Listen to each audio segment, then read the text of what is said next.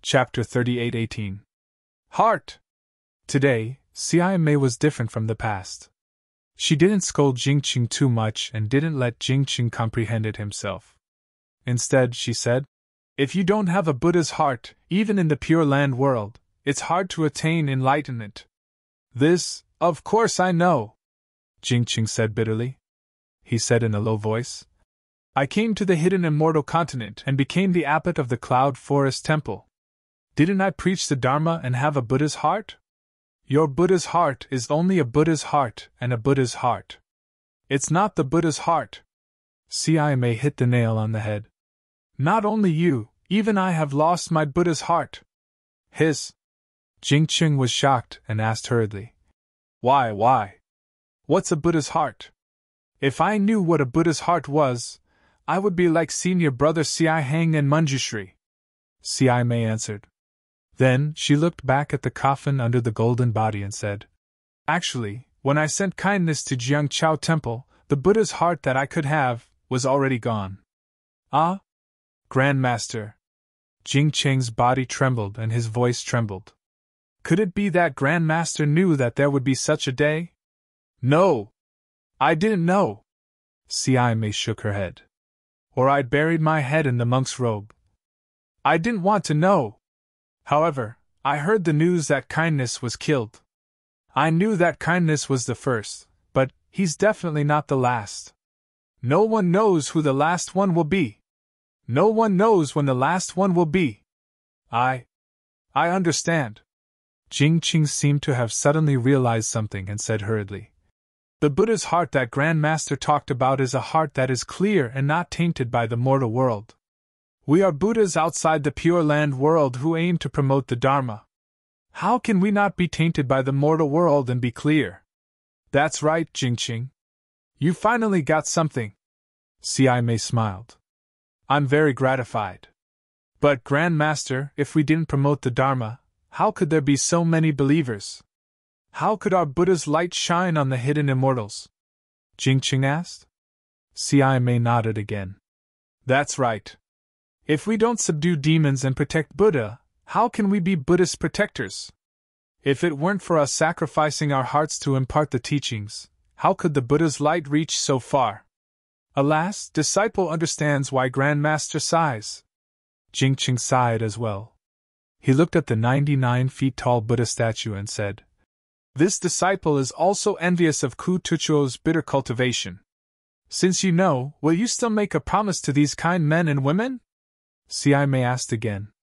Jingqing shook his head slightly. "I can't give you this promise, nor can I. They might have thought that they were doing what they were supposed to do, but they didn't expect that the same kneeling would have different effects at different times. In 9 years they prayed for blessings for the people 9 times, and the golden body of Namo Guanyin Bodhisattva 9 times. Every time, the Confucian cultivators were defeated by the people. This time, they were still kneeling and kowtowing. However, they were not praying for blessings, they were forcing him. 'You are forcing my Buddhist sect.' That's right. In 9 years, the Confucian cultivators destroyed the golden body of Namo Guanyin Bodhisattva 9 times. In 9 years, it was these unarmed believers who reconstructed the golden body of Namo Guanyin Bodhisattva 9 times. How majestic is the power of the people's will! It's also this majestic power that forced Lushan to his death. It's also this majestic belief that killed millions or even tens of millions of lives." Mei sighed. "This is the believer's fault? Or the Buddhist Lord's fault? Or is it my fault?" "None of them." Jingqing shook his head. "It's the Confucian cultivators' fault. They shouldn't have challenged my Buddhist sect's bottom line time and time again. They shouldn't have killed Martial Uncle Lushan, who didn't even have the strength to truss a chicken. Do you think this is the work of the Confucian cultivators?" Mei asked. Jingqing shook his head and said, "This disciple doesn't know either. It's just that Martial Uncle Lushan's body was injured by the water essence. Even if the Confucian cultivators wanted to get away with it, it's impossible for them to get away with it. Even if the Chongyan sect withdrew Longevity Academy from Longevity Town after Martial Uncle Lushan came to Longevity Town and even secretly sent experts to protect him, they still can't eliminate their suspicions. The water Chichaoyuan is a common cultivation method of Confucian cultivators in the Zhangxian continent. Except for the demons in the Thousand Demons sacred realm, even the disciples of Buddhism and Taoism can cultivate the pure water Chichaoyuan genuine Qi, let alone Confucian cultivators. Ah? Buddhist disciples? This isn't very possible? Jingqing turned pale with fright when he heard this. He lowered his head to look at the monk chanting sutras in the distance and said, Grandmaster, you're saying, my heart is no longer a Buddhist heart. It's hard to avoid thinking too much. Xia Mei wasn't surprised by Jingqing's reaction. This might be what some Buddhist disciples think. No, I don't believe it. Jingqing shook his head. I still think that it's either the Confucian cultivators who killed Marshal Uncle Lushan and forced our Buddhist sect to withdraw from the hidden Immortal continent, or it's the remnants of the Taoist sect who killed Marshal Uncle Lushan and wanted to provoke a war between us Immortals and Buddhas so that their Taoist sect can benefit from it. Therefore, Grandmaster, we must find the real culprit. Jingqing, you still don't understand. The truth of the matter is actually no longer important. Xia Mei shook her head. What's important is that Longevity Town, the #1 town of our Buddhist sect in the hidden Immortal continent, the #1 Taoist sect of our Namo Guanyin Bodhisattva in the hidden Immortal continent, and Abbot Lushan was killed by the Confucian cultivators. This is the most important thing. Grandmaster, what do you mean?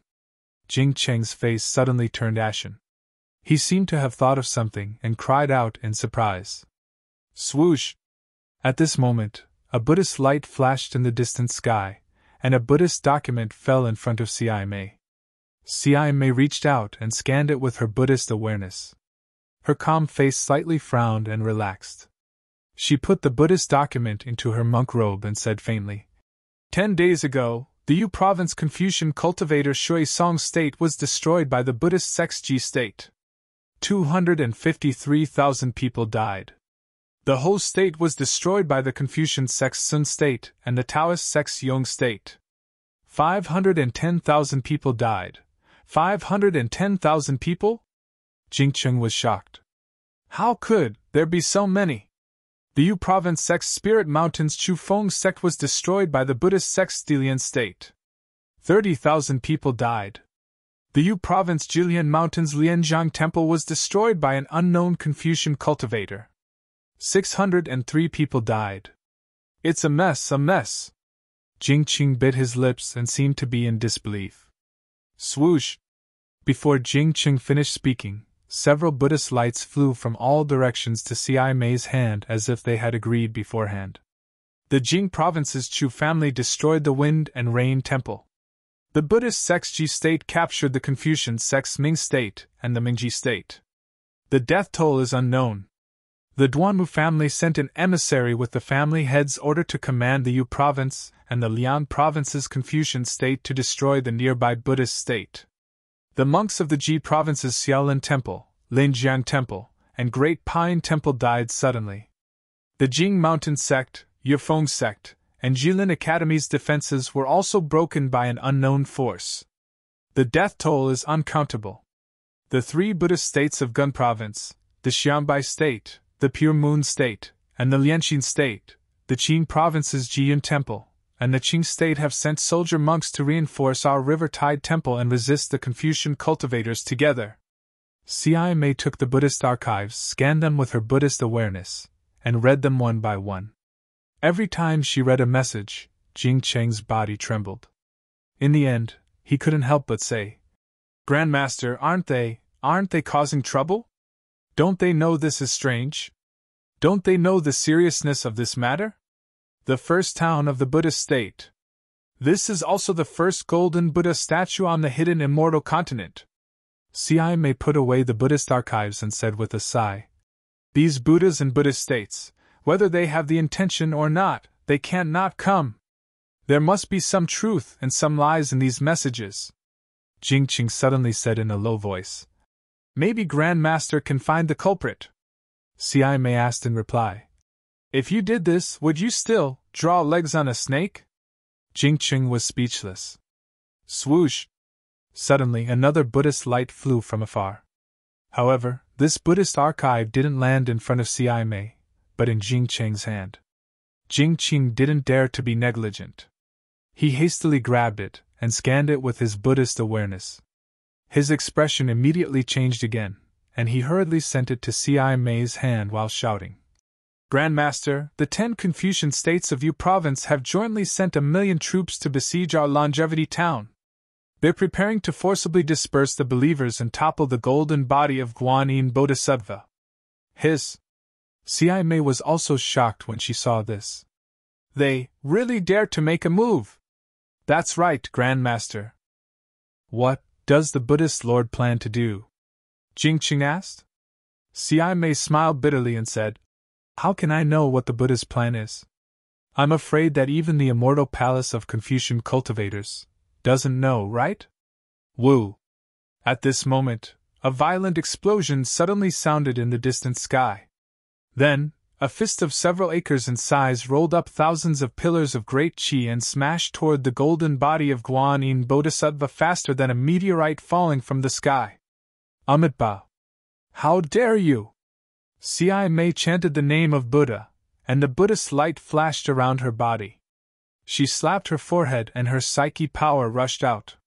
The Buddhist light rushed into the sky like rolling clouds and condensed into the shape of a huge lotus. This lotus was several acres in size, and there were hundreds of tiny heavenly dragons swimming in it. Layers of Sanskrit characters gushed out with the heavenly dragons, and in the void shrouded by the lotus, chanting came out. Boom! The fist landed on the lotus. The light of Buddha was annihilated and turned into rolling inscriptions. The fist was also penetrated by the light of Buddha and turned into thousands of inscriptions. The huge airwave not only lifted the silk cloth outside the golden body of Guanyin Bodhisattva, but also blew tens of thousands of devotees in the vicinity of Jiangchao Ridge to the ground. Cia Mei's body swayed slightly, and a touch of red flashed across her forehead. "Ha ha, Cia Mei, you're just SOSO. An arrogant voice sounded. "This is just a little warning from me. I won't take your life today. However, I heard that your Nirvana world has sent Buddhist generals and soldier monks to the Immortal Town. Today I'll tell you one thing. If any of them set foot in the Immortal Town, I'll wash the Jiangchao Temple with blood. I'll kill tens of thousands of your believers." -13. Chapter 38:19. Amitabha. Cia Mei didn't show any weakness. She chanted Buddha's name and used lion's roar. "I have no attachment to life and no worries about death. My Buddha is from the heart to the heavens. Today, my Jiangchao temple will be cleansed and your Duanmu family will be destroyed. Ha ha ha, then we'll wait and see." That arrogant voice laughed loudly and flew away like a whirlwind. "Duanmu family?" Jing Qing trembled slightly and cried out in surprise. "Why would a secondary rank 1 scholarly family appear now? Is this the Duanmu family's patriarch?" "It's not Duanmu Tianji." Cia Mei's face was somewhat pale as she said softly, "Duanmu Lianheng, a disciple of the Duanmu family who has the highest chance of becoming a literary saint." "Literary saint?" Jing Qing didn't know what to say. Looking at the abnormally embarrassed monks and believers around him, he said softly, "What about these believers who came to pray? Persuade them to leave." At this moment, Cia Mei also made up her mind. "They can only force us here. It's enough that they have the heart." "But," Jing Qing smiled bitterly, "I heard that the Buddhist believers of the hidden Immortal Continent's 9 prefectures are also coming to my Jiangchao temple. How can we stop them? Even these believers. I feel that we might not be able to persuade them to leave. If they don't leave." Cia Mei bit her lips and said softly, "Then, it'll be a great war between immortals and Buddhas." Clang. Just as Cia Mei finished speaking, an earth-shattering sword cry sounded from the direction Duanmu Lianheng flew away from. It couldn't help but cover Cia Mei's words. Even the chanting of the tens of thousands of monks and the sound of the wooden fish bell were annihilated. Tens of thousands of believers couldn't help but cover their ears with their hands, and a painful expression appeared on their faces. Cia Mei looked up in shock. She saw a giant sword in the sky that was like a flying immortal, flashing with extremely dazzling sword brilliance. It swept up in almost unparalleled power and fell towards the golden body of Guanyin Bodhisattva beside her. The sound of the sword chime also shook the sky with the sound of thunder. Woo woo woo! Following the appearance of the sword light, a dozen powerful wills suddenly appeared around Jiangchao Ridge. As soon as these wills appeared, they immediately stirred up powerful winds and tornadoes. All the wills flew in all directions. Xia Mei was shocked. Not only was she shocked by the shocking sword, but she was also shocked by the consciousness hidden in the surroundings. Needless to say, it must be the consciousness of those strong Confucian cultivators, and it must be the doing of the strong cultivators who paid attention to the river and tide temple. She had been here for so long, but she did not notice it. Although she did not know whether they knew who killed kindness, but what she had just said. However, Xia Mei didn't have time to think too much about it. The style of that sword was truly dazzling, and the ferocity of that sword was truly arrogant. Everyone's heart gave birth to a kind of reverence, and a kind of fear. It was as if they were ants under this sword light. Amitabha! Xia Mei's eyes were filled with determination. The light of Buddha appeared under her feet, and the light of Buddha surged around her. As Xia Mei flew up into the sky, the light of Buddha flickered, and Xia Mei's transcendence golden body grew bigger. A huge lotus, even more compassionate than before, went to meet the sword light. Grandmaster! Beside her, Jingqing was shocked. Even with his cultivation, he could see that Xia Mei was no match for this sword light. If she flew out this time, Xia Mei had no other choice but to fall into the cycle of reincarnation. Amitabha! Xia Mei's light of Buddha was almost annihilated by the sword light. However, just as she was about to die, another Buddhist chant resounded through the sky. This Buddhist chant was unusually compassionate. When people heard it, they immediately felt an indescribable vicissitudes of life. Then, thousands of flowers bloomed in the sky above Xia Mei. Under each flower, there was a heavenly dragon supporting it, and beside each flower, there were fairies dancing.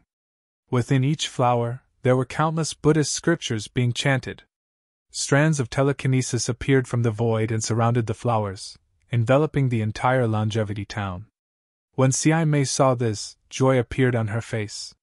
Rumble! The sword light suddenly descended, and the thousands of flowers were annihilated. It was as if the thousands of small worlds had disappeared. However, while the Arhat was still in shock, the myriad of creatures appeared once more. Thousands of flowers surged out from the heavenly dragon. Wang! The sword light shone brightly and sank into the flowers in a few breaths of time. The light on the sword light turned into thousands of tiny child bodies.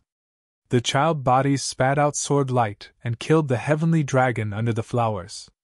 Roar! A loud dragon roar suddenly came from the flowers again. 9 dragon bodies rushed out and instantly turned into 10,000 feet long dragons that pounced at the flying sword with their fangs bared and claws brandished. Boom! Countless fireflies flew out, and waves of impact spread out in all directions. However, because the longevity town was protected by the flowers, it wasn't damaged at all. Amidst the explosion, a squarish flying sword was revealed. This flying sword looked ordinary, but the almost edgeless flying sword gave off an awe-inspiring majesty that made people tremble in fear. Under the flying sword, the 9 dragons also disappeared. A 9-dragon staff flashed with treasure light.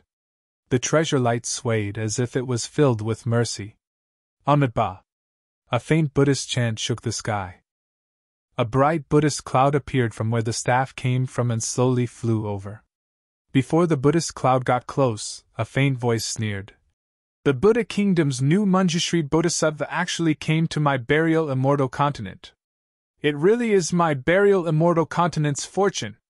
Since it's Manjushri Bodhisattva, this old man will give you face and see how your Thunder Sound Temple handles this matter. If it's not to my liking, this old man will come back and cut down your golden Buddha statue. With that, the sword turned into a rainbow and flew away. The source of the voice was covered in white clouds, making it impossible to see who it was. Amitabha, thank you, Sandalwood. The sword left, and the Bodhisattva came. A faint voice came from the Buddhist light. From where the Buddhist cloud came from, a Manjushri Bodhisattva rode on a green lion. He had a green lotus in his left hand and a treasure sword in his right hand. Looking at the Buddha's light behind Manjushri's head condensing into a mirror, and the power of faith flowing like a river, Siame felt a stabbing pain in her heart for no reason. He knew in his heart that even if Siaihui was only in the state of bright-eyed before achieving fruition, as a bodhisattva, Siaihui could use the Buddha's light and the power of faith of hundreds of millions of believers with the help of the Buddha's fruit behind her head. Even the power of faith accumulated in her previous life could be used in this life. This was the true power of bodhisattva. Siame didn't dare to be negligent. He quickly knelt in the air and chanted, "Disciple Siame greets Manjushri Bodhisattva, get up." Manjushri Bodhisattva came down from the green lion and waved his hand. The 9-dragon staff fell into his hand and turned into an ordinary staff. "Thank you, Bodhisattva."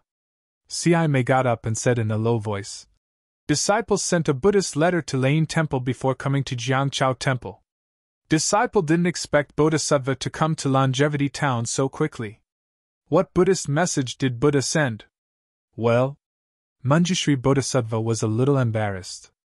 He then said frankly, "I came under Buddha's Buddhist message. But this message has nothing to do with Longevity Town.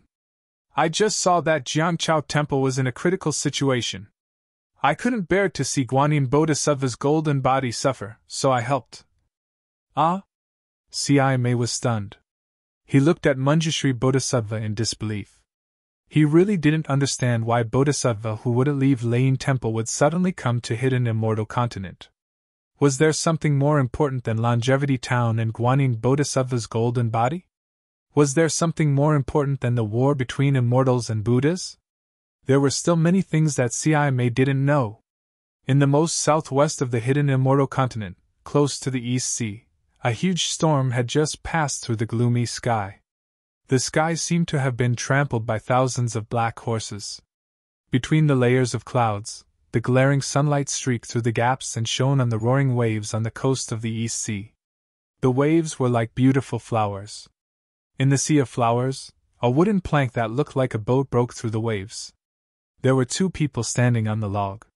The one in front was a young monk who looked to be about 17 or 18 years old. The monk had red lips and white teeth, giving him an indescribably handsome appearance. However, his bald head and moon-white monk robes made the monk's temperament seem otherworldly. Not only was he handsome, his pair of bright eyes shone brighter than the stars in the night sky.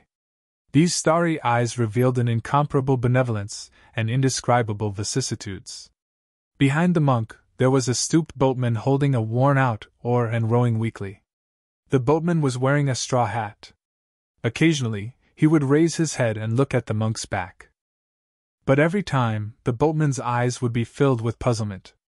About a few miles behind the log they were sitting on, there were bits of wood, ropes, and cloth scattered all over the place, as if a huge ship had just met with danger in the waves.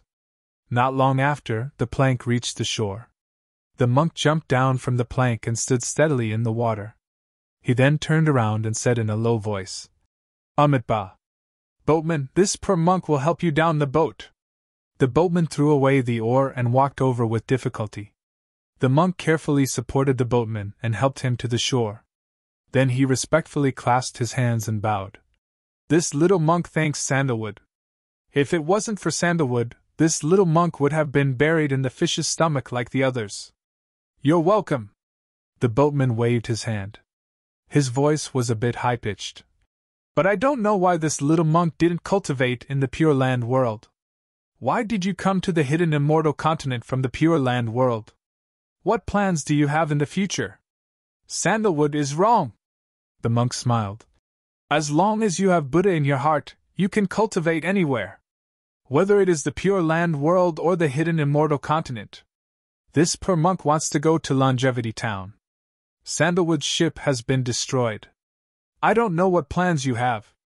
Unfortunately, this poor monk is penniless and can't help Sandalwood.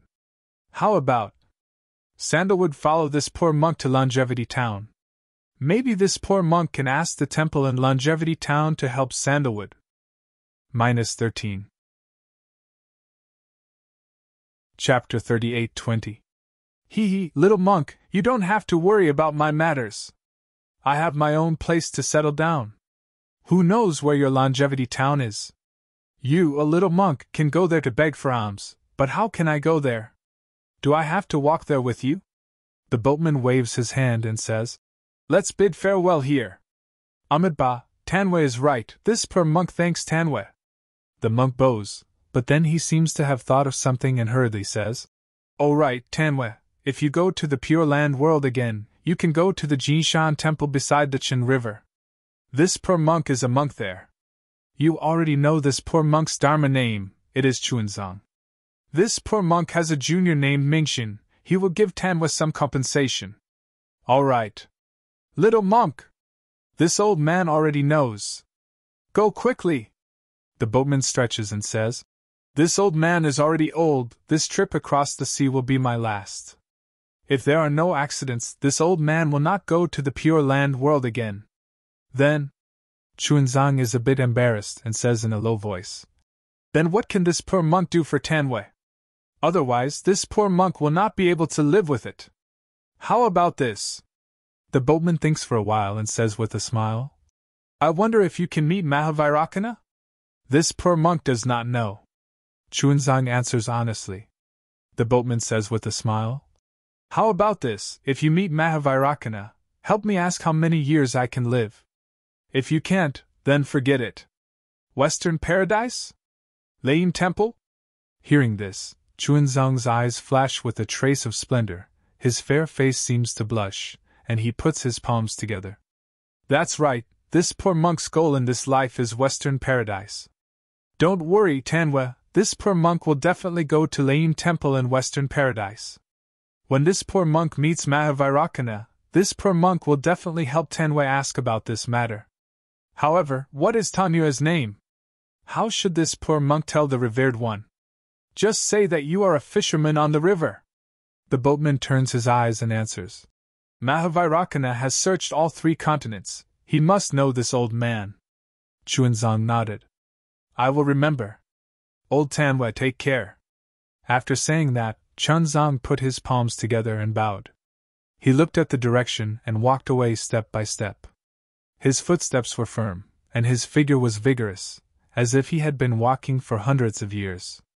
When Chuanzang was far away, the boatman's body flashed and revealed the appearance of an ape. However, this ape was wearing chainmail and held a magic staff in his hand. He looked very mighty. Wasn't this the fire ape, Yuan Tongtian? Strange! Yuan Tongtian looked at the almost invisible Chuanzang and asked in confusion, Why does Master want me to protect this monk? It was really unreasonable. Furthermore, this monk did not have the slightest bit of Buddhist cultivation. He could not even take a single step forward. From the western land of ultimate bliss to the hidden immortal continent, he had to rely on the sea boat alone.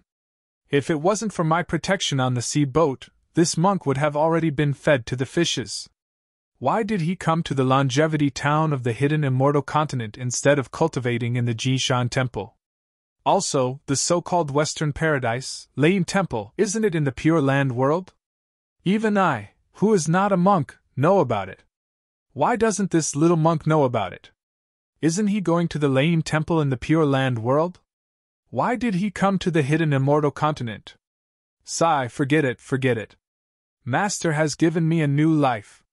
Master told me to protect him. I will protect him. As long as I didn't find the wrong person. Yuan Tongtian scratched his ears and cheeks for a moment. He gritted his teeth and rushed into the air. From afar, he watched Chuanzang walk step by step into the depths of the hidden immortal continent. Isn't this Chuanzang the Jianglure that Xiaohua brought from the Xiaoyu continent to the western land of ultimate bliss? Chuanzang naturally came to the hidden immortal continent because of the Buddhist edict from the Leim Temple. However, as for the Western Paradise, is it the Leim Temple in the Pure Land world? Or is it the Western Paradise in Xiaohua's space? That is not something that Chuanzang can distinguish. Even more so, it is not something that Yuan Tongtian can know. Who knows when Chunzang will be able to find it? After walking for half a day, Chunzang saw a fishing village in front of him. A net that was more than 10 zhang long was hung on a wooden frame to dry. A few fishermen were lying on the hillside basking in the sun, while a few fisherwomen were repairing the net. Chunzang licked his somewhat dry lips. He quickened his pace and walked forward. Before he could get close, a group of children playing on the hillside on the left saw him. A few timid ones quickly ran back to the adults. The remaining bold ones quickly ran down the hillside and stared at Chunzang from afar. They looked at his monk robe and bald head. "Little monk, you came from the Western Paradise?" A fisherwoman not far from Chunzang raised her head. Her hands did not stop working as she shouted again. "Amitabha," Chunzang respectfully saluted and said. "This poor monk came from the Jinshan Temple in the Pure Land world. I want to go to the Immortal town in the Shi country of Yu province. This poor monk encountered a tsunami on the East Sea. Right now, my mouth is thirsty. Can I ask benefactress to give me a bowl of water to drink?" "Hee, little monk, you are so soft and tender. You actually crossed the ocean." When the fisherwoman heard that Chunzang really came from the Western Paradise, she was not surprised. She smiled and said, "The tsunami a few days ago was indeed rare. In this small village, 4 people were killed. However, for a Buddhist expert like this little monk, it is nothing." Speaking of this, the fisherwoman suddenly woke up. She asked in surprise, "Little monk, what did you say? You want to drink water? You monks with great magical powers still need to drink water?" In this fisherwoman's view, which monk who came from the Western Paradise to the hidden Immortal continent did not fly over the fisherman and fisherwoman's head? Which one of them would come to this small fishing village? Even if there were monks who would come to ask for directions, who would come step by step? Who would ask for water to drink? This poor monk specializes in chanting Buddhist scriptures. I don't know Buddhist magical powers. I have a mortal body. Of course, I know that I am thirsty. Chunzang's expression did not change. He replied with a smile. When the fisherwoman heard this, her eyes were immediately filled with respect. No one knew the dangers of the Eastern Sea better than them who made a living in the sea. Chunzang, a mortal, actually came from the Western Paradise to the hidden Immortal continent. Ordinary people could not imagine the hardships he experienced. Amitabha. The fisherwoman also said the name of Buddha. She hurriedly put down the work in her hand, squatted down, and took out a small black porcelain jar from the side of a stone. She took off the small bowl covering the jar, pulled a cloth from her head and carefully wiped it. She poured a bowl of water in front of Chunzang and said respectfully, "This monk is also an eminent monk. Please drink." "Thank you, benefactress." Chunzang hurriedly took it over and drank it slowly, without spilling a single drop of water on the table. When Chunzang returned the small bowl, he asked again, "Benefactress, this poor monk also wants to ask, how far is Yuzhou from here? Is this poor monk going in the right direction?" "This?" The fisherwoman was very hesitant and said embarrassedly, "This servant only knows that this place is the border of Yangzhou. This servant does not know where Yuzhou is." At this point, the fisherwoman hurriedly called out to the several children beside her, "Second fish, third fish, quickly go and call your father." "Yes, mother." The 2 children who looked very strong responded cheerfully and ran to the hillside. They also called out, "Father, father." The 2 children ran away, and the other children also ran away. "Master, drink some more water." The fisherwoman finally thought of a title and hurriedly picked up the jar again. "Thank you, benefactress." Chunzang licked his dry lips and said with a nod. Not long after, a man with a naked upper body and clothes hanging on his waist quickly walked over. He looked at Chunzang with vigilance and then asked in surprise, "Second fish's mother, what's the matter?" "His father." The fisherwoman rebuked. "Quickly put on your clothes. This is an eminent monk from the Western Paradise. He wants to ask how to get to Yuzhou. Just fly in that direction." The man pointed with his finger without hesitation. "His father. He's asking how to get there." The fisherwoman poked the man and reminded him. The man was stunned. He looked up and down at Chunzang and asked curiously, "Since the master can fly, why do you want to walk?" The fisherwoman hurriedly said, "This master is different from the previous ones. He can't fly. He wants to walk to you, Joe." "Walk?" The man was like a cat whose tail was stepped on. He almost jumped up and said in surprise, "You want to walk to you, Joe? This place is less than 100,000 miles away from you, Joe? Won't you have to walk for 8 to 10 years? The man naturally did not walk too far. Naturally, he did not know how long it would take to walk to you, Joe. His words could only be guessed. However, when Chunzang heard this, he smiled and still put his palms together and said, "Amitabha. No matter how far it is, this poor monk will go. This is my Buddha's decree." Amitabha. Chunzang had a kind of infectious power. It was a kind of propaganda that came from the inside out. Regardless of whether it was his actions or words, they were filled with a kind of heavy dharma. People could not help but feel respect and worship in their hearts. The fisherman who was originally vigilant immediately chanted Buddha's name. "The master is really an eminent monk. Second fish's mother, quickly prepare some dry food and give it to the master. I'll go and ask for the way to you, Joe. Master, please wait here for a moment. Thank you, benefactors. Just ask for the way. There's no need to prepare any dry food. This poor monk can just ask for alms wherever he goes," Chunzang said amiably. "That won't do," the fisherwoman hurriedly shouted. "This place is very far from the other fishing villages. If the master doesn't bring some dry food, I'm afraid he will starve to death on the way. No matter. This poor monk can also eat the wild fruits and other things on the way." Chunzang smiled and waved his hand. This poor monk came from Jinshan Temple like this. When they heard that Chunzang came to hidden Immortal continent by eating wild fruits, the two fishermen's hearts softened. The fisherman waved his hand domineeringly and said, "Master, if you don't take this dry food, I won't ask for directions for you. How about I send you to you, Joe?" -13. Chapter 38:21. "That's right."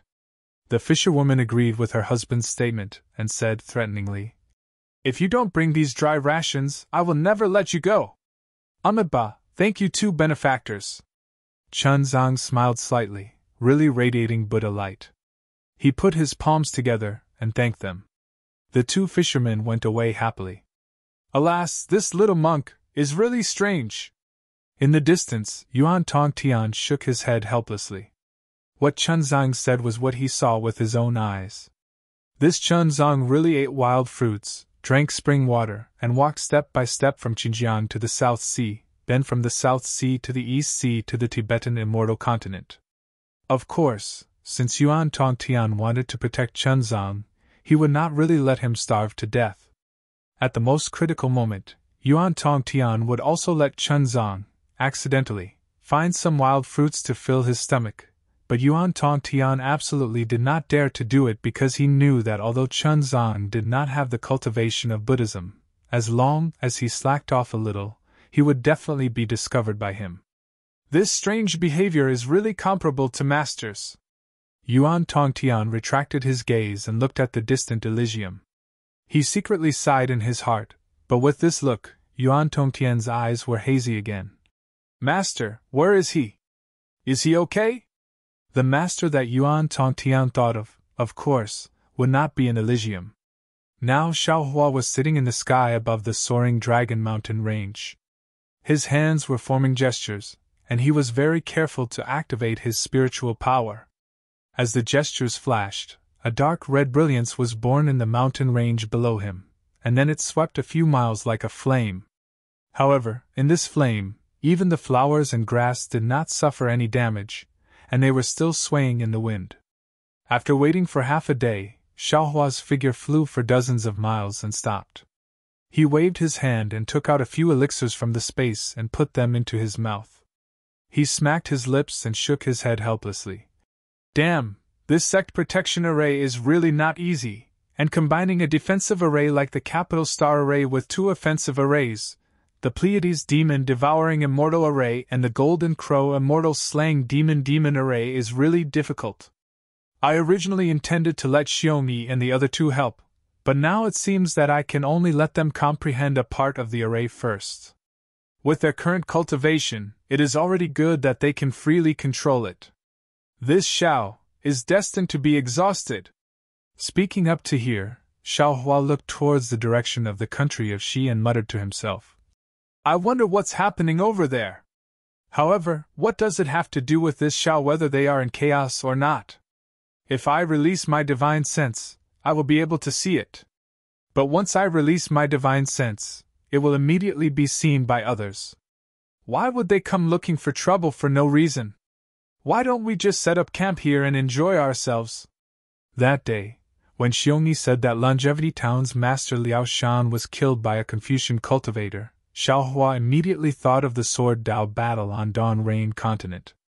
The current situation in Longevity Town was so similar to the situation before the Sword Dao battle on Dawn Rain Continent. How could Xiao Hua possibly visit a place where a few words could ignite a fire? He turned around and flew to the Soaring Dragon Mountain Range with Xiongyi. While observing the Soaring Dragon Mountain Range, he thought about how to set up the sect protecting formation. At the same time, he urged the Black Bear Spirit and the others to quickly move the Black Wind Ridges belongings to the Soaring Dragon Mountain Range. He knew better than anyone that if the Immortal Palace made trouble, his Black Wind Ridge would definitely bear the brunt. After all, he was the culprit of the Yaotai Mountain. However, he didn't know if the situation in Longevity Town was too sensitive, or if the Immortal Palace didn't think of attacking Black Wind Ridge, which was not too far away from Longevity Town, or if the Immortal Palace didn't realize that Xiao Hua was the culprit. In this half a year, everything in Black Wind Ridge was moved to the Soaring Dragon Mountain Range.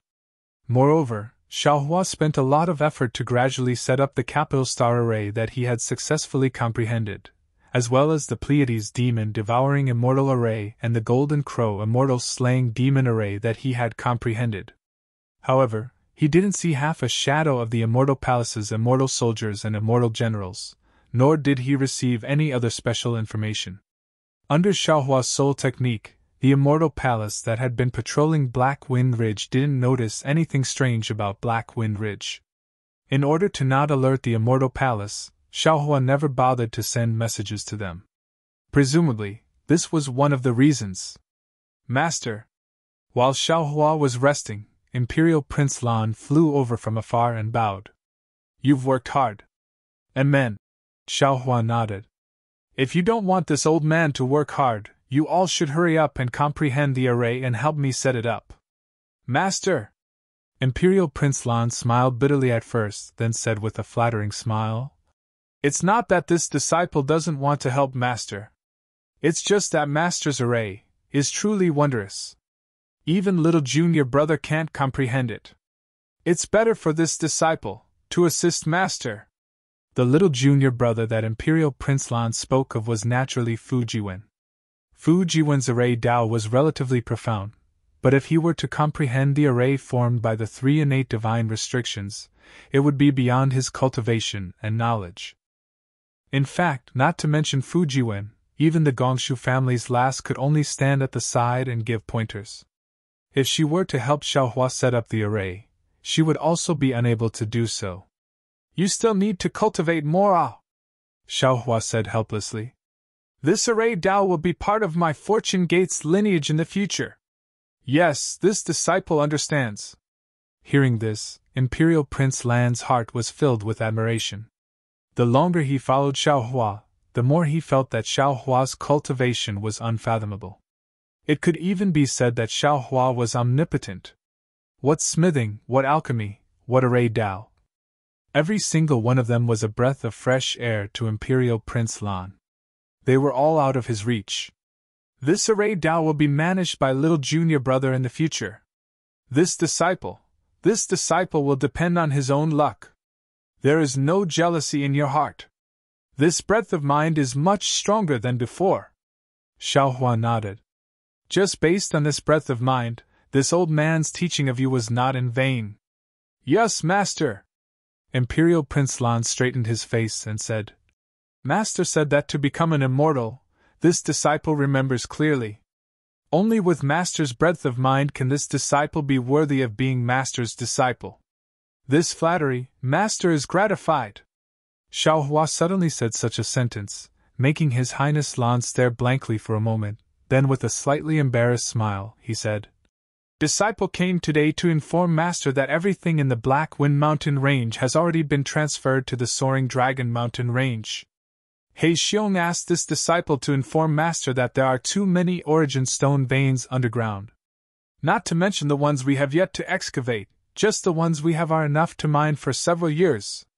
This disciple has tried various methods, but none of them are ideal and can't speed up the progress. This disciple asks Master to make a decision. So it's like this. Xiao Hua pondered for a moment and said, When you return to the Black Wind Ridge, tell He Xiong and the others to come to the Soaring Dragon Mountain Range. You don't need to worry about the origin stone veins anymore. Yes, Master, Imperial Prince Lan added. Also, recently, some Confucian cultivators have come to harass my Black Wind Ridge. Let them be. Xiao Hua smiled and said, They are just some clowns. No need to pay attention to them.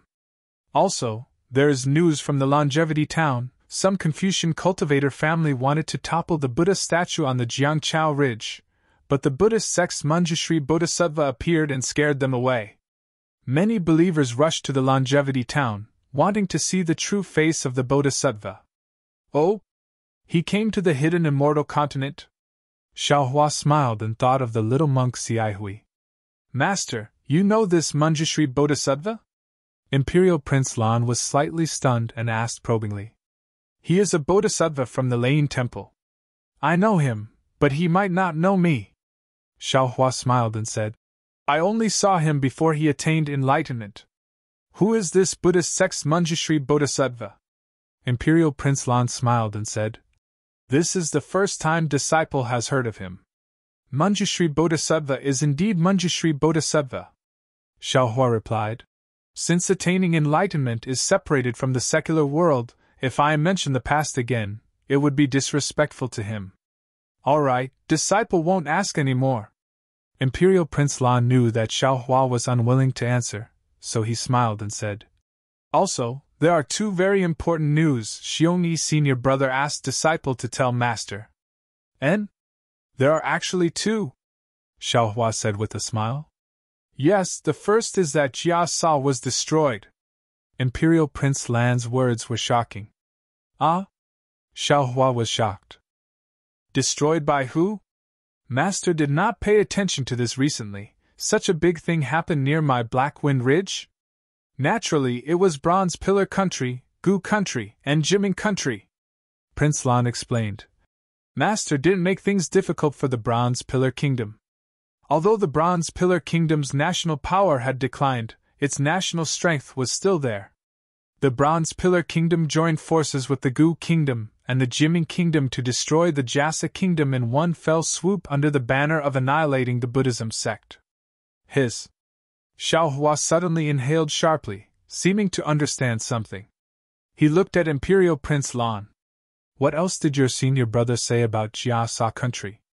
Senior brother said that the national teacher of Jia Sa country is too powerful, and that Channeling Princess is also a strategist. They must have seen the difficulty of the Buddhist sect establishing a country in Yuzhou, and first planned to use Taoism to establish Jiang country. Now, Jia Sa country has been destroyed as expected, but Jiang country still exists. If the Channeling Princess is a descendant of Jia Sa country, then the present Jiang country is the original people of Jia Sa country. It's just that it changed from the Buddhist sect establishing a country to the Taoist sect establishing a country. Ah, these people's thoughts are too complicated. Xiao Hua sighed. This old man can't do this kind of planning. What's the second matter? The second matter is that a Taoist country in Jing province that received the lot of the national teacher was just killed by the Immortal Palace. And this matter, this old man knows. Xiao Hua frowned slightly, and then asked, How did Xiong Yi know that the destroyed Taoist country was the one that received the lot of the national teacher? Haha, Master, our fortune gate has just been established, and does not have a mature source of information. Imperial Prince Lan answered. When this disciple was establishing a country, he would send a special disciple to be in charge of this matter. After all, without information, it is like being blind, and with information, you can take the initiative. Senior brother Xiong's information should have been sent by his former disciple. If he didn't personally investigate, then he got it from a place like Star Picking Tower. Usually, he wouldn't be wrong. -13. Chapter 38-22. By the way, your disciples have also come to the Soaring Dragon Mountain Range, right? Xiaohua nodded. Don't treat them unfairly. Senior brother Xiongyi and most of my disciples have come. There are still some scattered all over the hidden Immortal continent who haven't had the time to come. His Highness Lan respectfully said. However, the disciples who have come are very satisfied with the situation in the Soaring Dragon Mountain Range. And these are some things this old man obtained before. You can discuss how to distribute them among yourselves. Xiaohua took out a few small qianquan bags and handed them over to His Highness Lan. In addition, if you have any special needs, or if Master forgets to give them to you, you can ask Master in time. Yes, Master! His Highness Lan took the small qianquan bags and carefully put them away without checking them. According to Senior Brother's arrangement, Disciple has gradually begun to let some disciples arrange various kinds of medicinal fields and alchemy places in the mountain range. However, these things won't have any effect until 1,000 years have passed. Master knows, Xiaohua said. There are too many clues to establish a sect. Master will leave these chores to you. Master will be your backing. Master will give you whatever you lack. Master being so assured is also Disciple's great fortune, His Highness Lan said with a smile. Moreover, Disciple is even more fortunate to have Master to guide Disciple's cultivation. His Highness Lan's words were absolutely from the bottom of his heart. After Xiaohua came to the Soaring Dragon Mountain Range to arrange the array, he had separately guided Xiongyi, Lan, and Li Xiang's cultivation 3 times. His Highness Lan didn't know the effects of others, but he was clear about his own background. Before His Highness Lan guided Xiaohua, His Highness Lan's cultivation hadn't made any progress for many years. Therefore, he wanted to see if he could make a breakthrough in the Jade Pavilion Conference. However, under Xiaohua's guidance, His Highness Lan suddenly felt that the bottleneck in front of him had suddenly disappeared. That layer of barrier in front of his eyes had suddenly disappeared. An indescribable feeling of enlightenment made him see the direction of his cultivation. Moreover, what made His Highness Lan excited was that the medicinal pills Xiaohua gave him were really effective. They were many times more effective than the medicinal pills he had obtained and taken before. Seeing his cultivation progress by leaps and bounds, His Highness Lan was really glad for his decision at that time. All right, stop flattering me. Xiaohua waved his hand and said, Go tell the disciples of Black Wind Mountain Range to return to Soaring Dragon Mountain Range. Be careful, don't attract the attention of others. In a few days, Master will go and deal with the matter of the elemental or vein. Yes, Master. Royal Highness Lan smiled, bowed, and flew away. Looks like it's time for this old man to make a move. Xiaohua watched His Highness Lan fly away and smiled faintly. His hands once again formed seals and set up the array formation step by step. A few days later, the disciples of the Black Wind Ridge gradually returned. Xiaohua's arrangement of the Great Array had also come to an end. Xiaohua handed over the newly refined array flags and array talismans to Xiongyi and the others, then flew to the Black Wind Ridge alone. Just as Imperial Prince Lan had said, there were a few more Confucian cultivators patrolling around Black Wind Mountain Range. However, these cultivators didn't deliberately attack, as if they were waiting for an opportunity. Xiaohua didn't care about these cultivators. They couldn't even sense Xiongyi and the others leaving, so it was even more impossible for them to know that Xiaohua had arrived. Xiaohua once again took out the soil and examined it. After confirming that there was nothing unusual, he entered the ore vein and followed the tunnel that the Black Bear Spirit and the others had opened up. Over the years, the Black Bear Spirit, and the others hadn't slacked off. The number of tunnels in the ore vein had increased by a lot, and the number of caves for storing primal stones had also increased by a lot. At this moment, whether it was the caves or the tunnels, they were all empty. Not a single primal stone had been left behind. Xiaohua was very satisfied as he flew to the end of one of the tunnels. Looking at the dazzling array of primal stones embedded in the ground, he released his divine sense. Although the soil of the primal stone or vein was abnormally tough, it was extremely difficult for the divine sense of an ordinary cultivator to penetrate. However, with Xiaohua's full strength, his divine sense still penetrated more than 10 miles. Collect! Xiaohua urged his divine sense. His divine sense was like a huge palm, instantly grabbing the soil layer that was dozens of miles wide, instantly digging out a hole that was dozens of miles wide. Hee hee! Looking at this hole, Xiaohua was a little proud. Damn it, this old man has already collected the metal, wood, and magnetic fields. What does this primal stone or vein count for? Wait until this old man has dug out this primal stone vein until it's the same size as the metal, wood, and magnetic field space. Thinking of this, a strange expression suddenly appeared on Xiaohua's face, as if he had thought of something.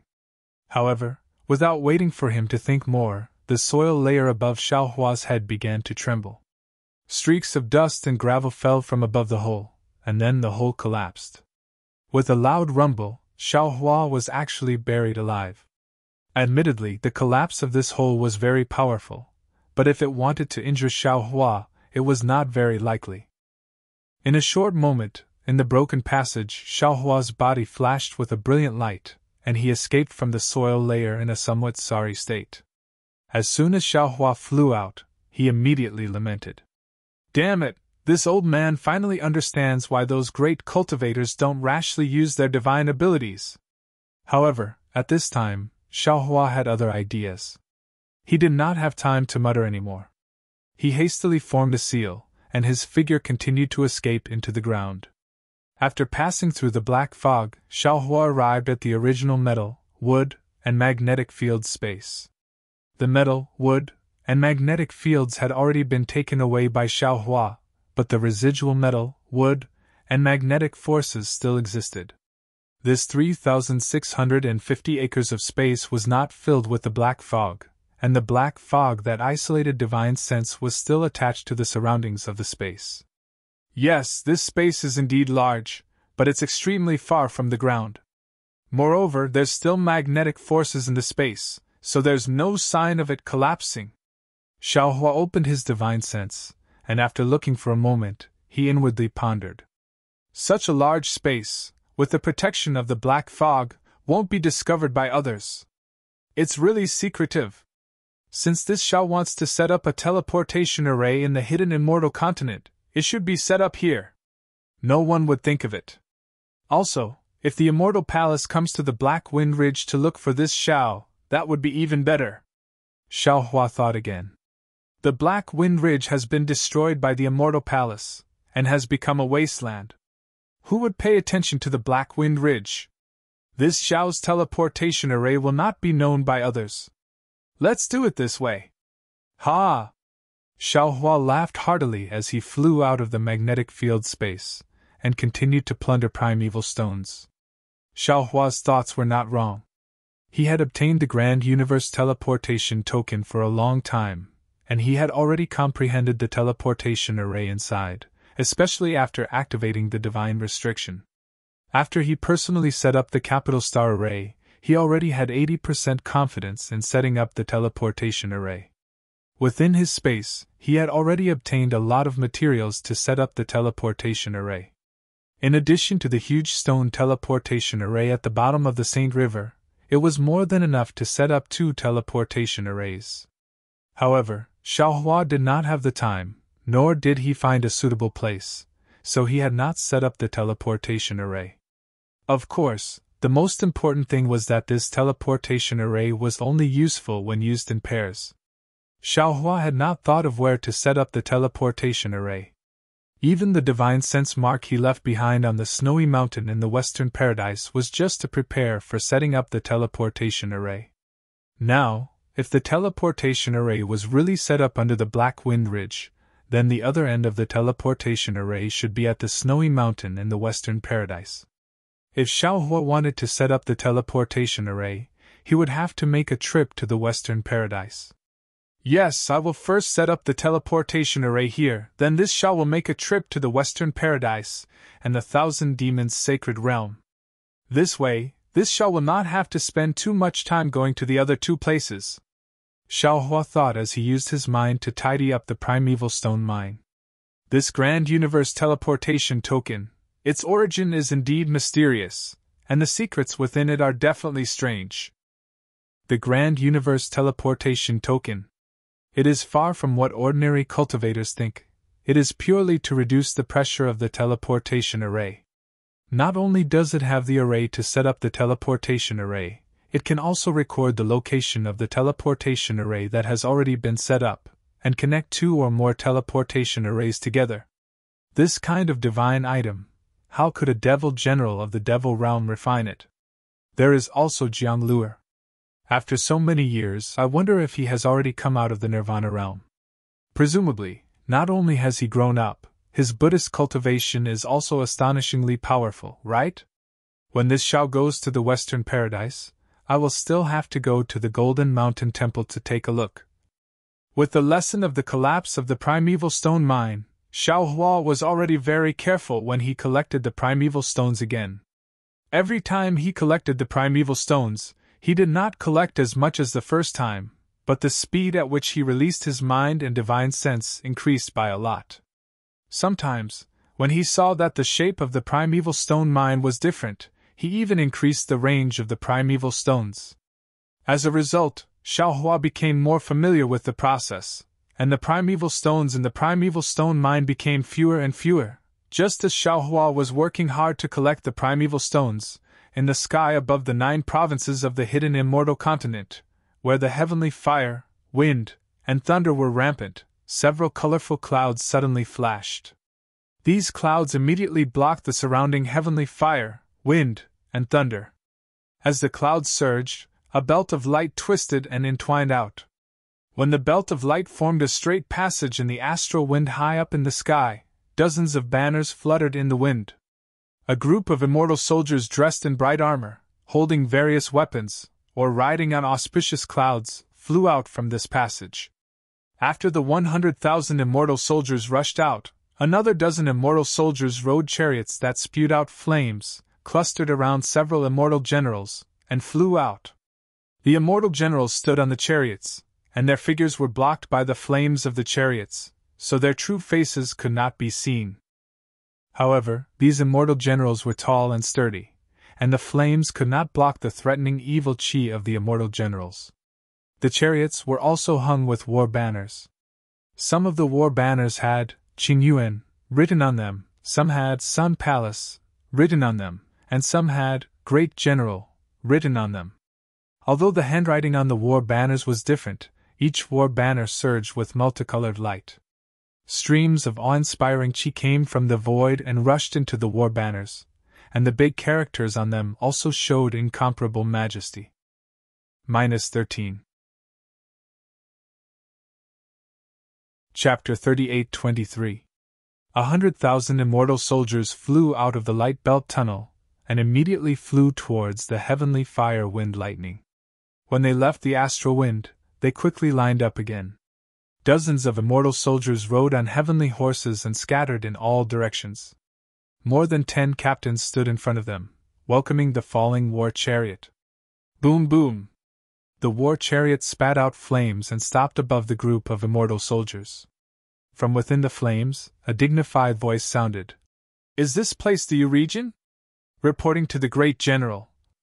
The captain of the immortal soldiers closest to the war chariot hurriedly replied, "I have already sent soldiers to investigate. There will be news soon.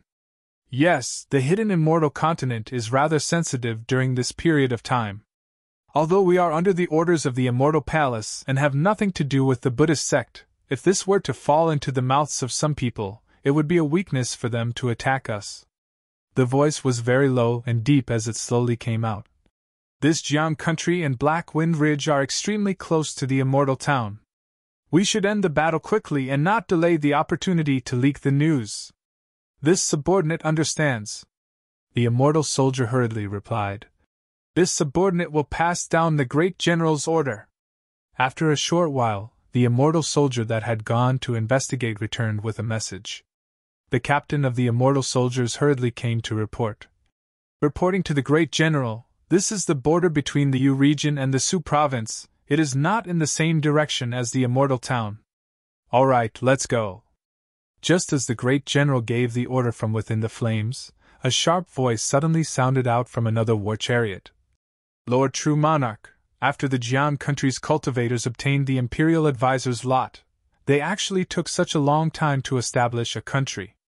There must be something fishy going on. Why don't you lead the army to destroy the Jiang country first, and I will head to the Black Wind Ridge to investigate. Shut up!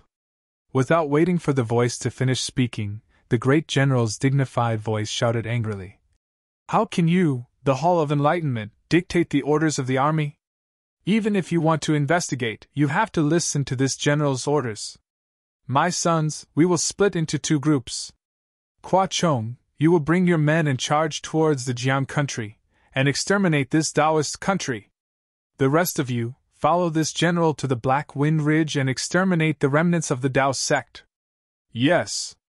On a battlefield, flames soared into the sky. Amidst the flames, a 30-meter tall giant spirit immortal general, dressed in shining immortal armor and holding a Xianhua axe, shouted loudly. This general, Kwa Chong, will definitely not disappoint the general and exterminate the Tao sect's Jiang country. With that, the immortal general named Kwa Chong drove the war chariot and led the tens of thousands of immortal soldiers down into the sky, disappearing without a trace. Sun Gang. Seeing that Kwa had rushed away, the great general in the flames said coldly, Didn't you want to follow this true lord to find the whereabouts of the imperial tutor's lot?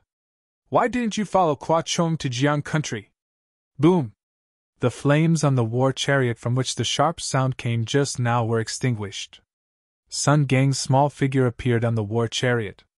I'll let the great general know. Although the Imperial Preceptor's lot is recorded in the Spiritual Official Hall and records the names and other information of the cultivators of the Jiang country's Jiandao Gate, my Hall of Enlightenment feels that it's unlikely that this cultivator, who is only in the Golden Core realm, would be able to obtain the Imperial Preceptor's lot from Mount Yaotai. That's why I came to the lower realm this time to find the person who truly obtained the Imperial Preceptor's lot. Furthermore, I don't think that I can get any information from the Jiang country. You're not afraid of death, are you? The great general's voice was filled with disdain. With Kwa Chong's ability, he can protect your safety no matter what. You don't have to be afraid. Sun Jian. Sun Gang's little face flushed red with anger, and he said angrily, Don't think that just because you are the Immortal Emperor's personally conferred Great General of the Sun Palace, true Lord Qingyuan, you can look down on my Hall of Enlightenment. Don't think that just because I'm young, you can deceive me. The Jiang country is just a short distance away from the Black Wind Ridge. Why did you send the vanguard to the lower realms to suppress the Jiang country first, and not with him? Instead, you're dawdling here. Aren't you afraid that the Black Wind Ridge's evildoers will escape? Humph. With a cold snort, the Scarlet Sun war chariot did not change at all. Sun Jian's voice came out from inside. How can you call this true lord's name? If not for the 9th princess's face, this true lord would have killed you right here. You! Sun Gang jumped a few times on the war chariot, but he did not dare to say anything else. Sun Jian was right. Do you know what a little kid is? Sun Jian sneered on the war chariot and shouted again. Everyone, send troops to the Black Wind Ridge. Yes. Tens of thousands of immortal soldiers accepted the order in a low voice and once again formed a formation and descended towards the Black Wind Ridge. Sun Gang, who was on the war chariot, bit his lips and followed Sun Jian to the Black Wind Ridge. Only he himself knew what he was thinking. The hidden immortal continent Xiaopai Star Lord Palace's Hall Master was killed. In the eyes of the Immortal Palace's Hall of Enlightenment, this was really not a big deal. It was not like it had never happened before. The simplest way was to change the Hall Master. However, this matter was getting more and more fermented under the intentions of the Jasper Flower Palace. Moreover, under the power struggle of the Confucian cultivators, this matter had also become a reason to kill the chicken to scare the monkeys. That was why the Immortal Palace sent troops to suppress the 10 nations. Sun Gang was not a fool. He naturally understood the new princess's intentions. When he received Xiaohua's image from the Hall of Enlightenment, he was even more shocked. After passing this news to the school of the Emperor Star, he also paid attention to the news from the Spiritual Official Hall. After the founding of Jiang Country, the Spiritual Official Hall received the news from the Imperial Preceptor and found that the Imperial Preceptor of Jiang Country was only at the Golden Core realm. He was not at the nascent Soul realm as they imagined, nor was he Xiaohua as the Jasper Flower Palace thought. Naturally, they also passed this news to the Hall of Enlightenment. Of course, at this time, the Immortal Palace had already begun to conquer the 10 nations of Taoism. No matter who founded Jiang Country, they would inevitably be killed by the Immortal Palace. However, the matter of the Longevity Town delayed the expedition for a while, and during this time, the Black Wind Ridge was also added to the scope of annihilation. Of course, the new princess also knew the news, but she could not show too much concern for Xiaohua in front of others, let alone attract more attention from the Jasper Flower Palace. Sun Jian, the general of the Hall of Sun who was conquering the 10 nations of Taoism, was a trusted aide of the Immortal Emperor.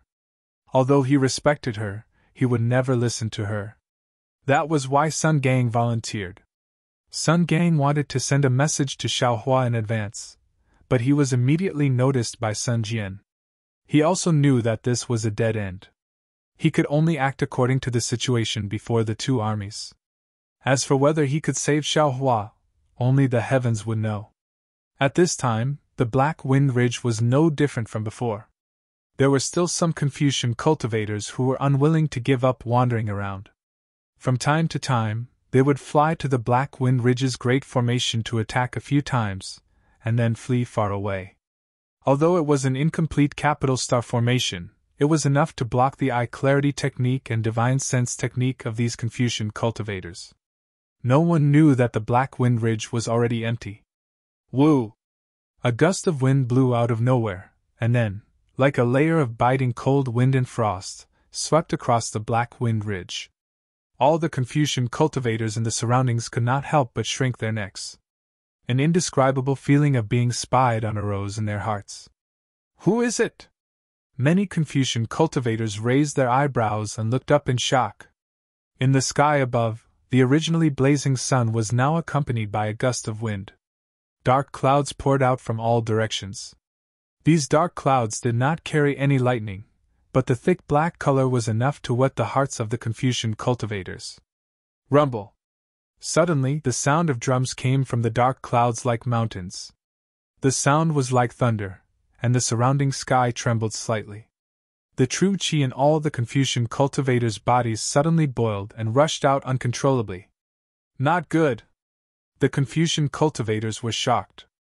Just as they were about to urge their cultivation methods to control their true qi, in the sky above the heavy clouds, layers of multicolored light rolled out.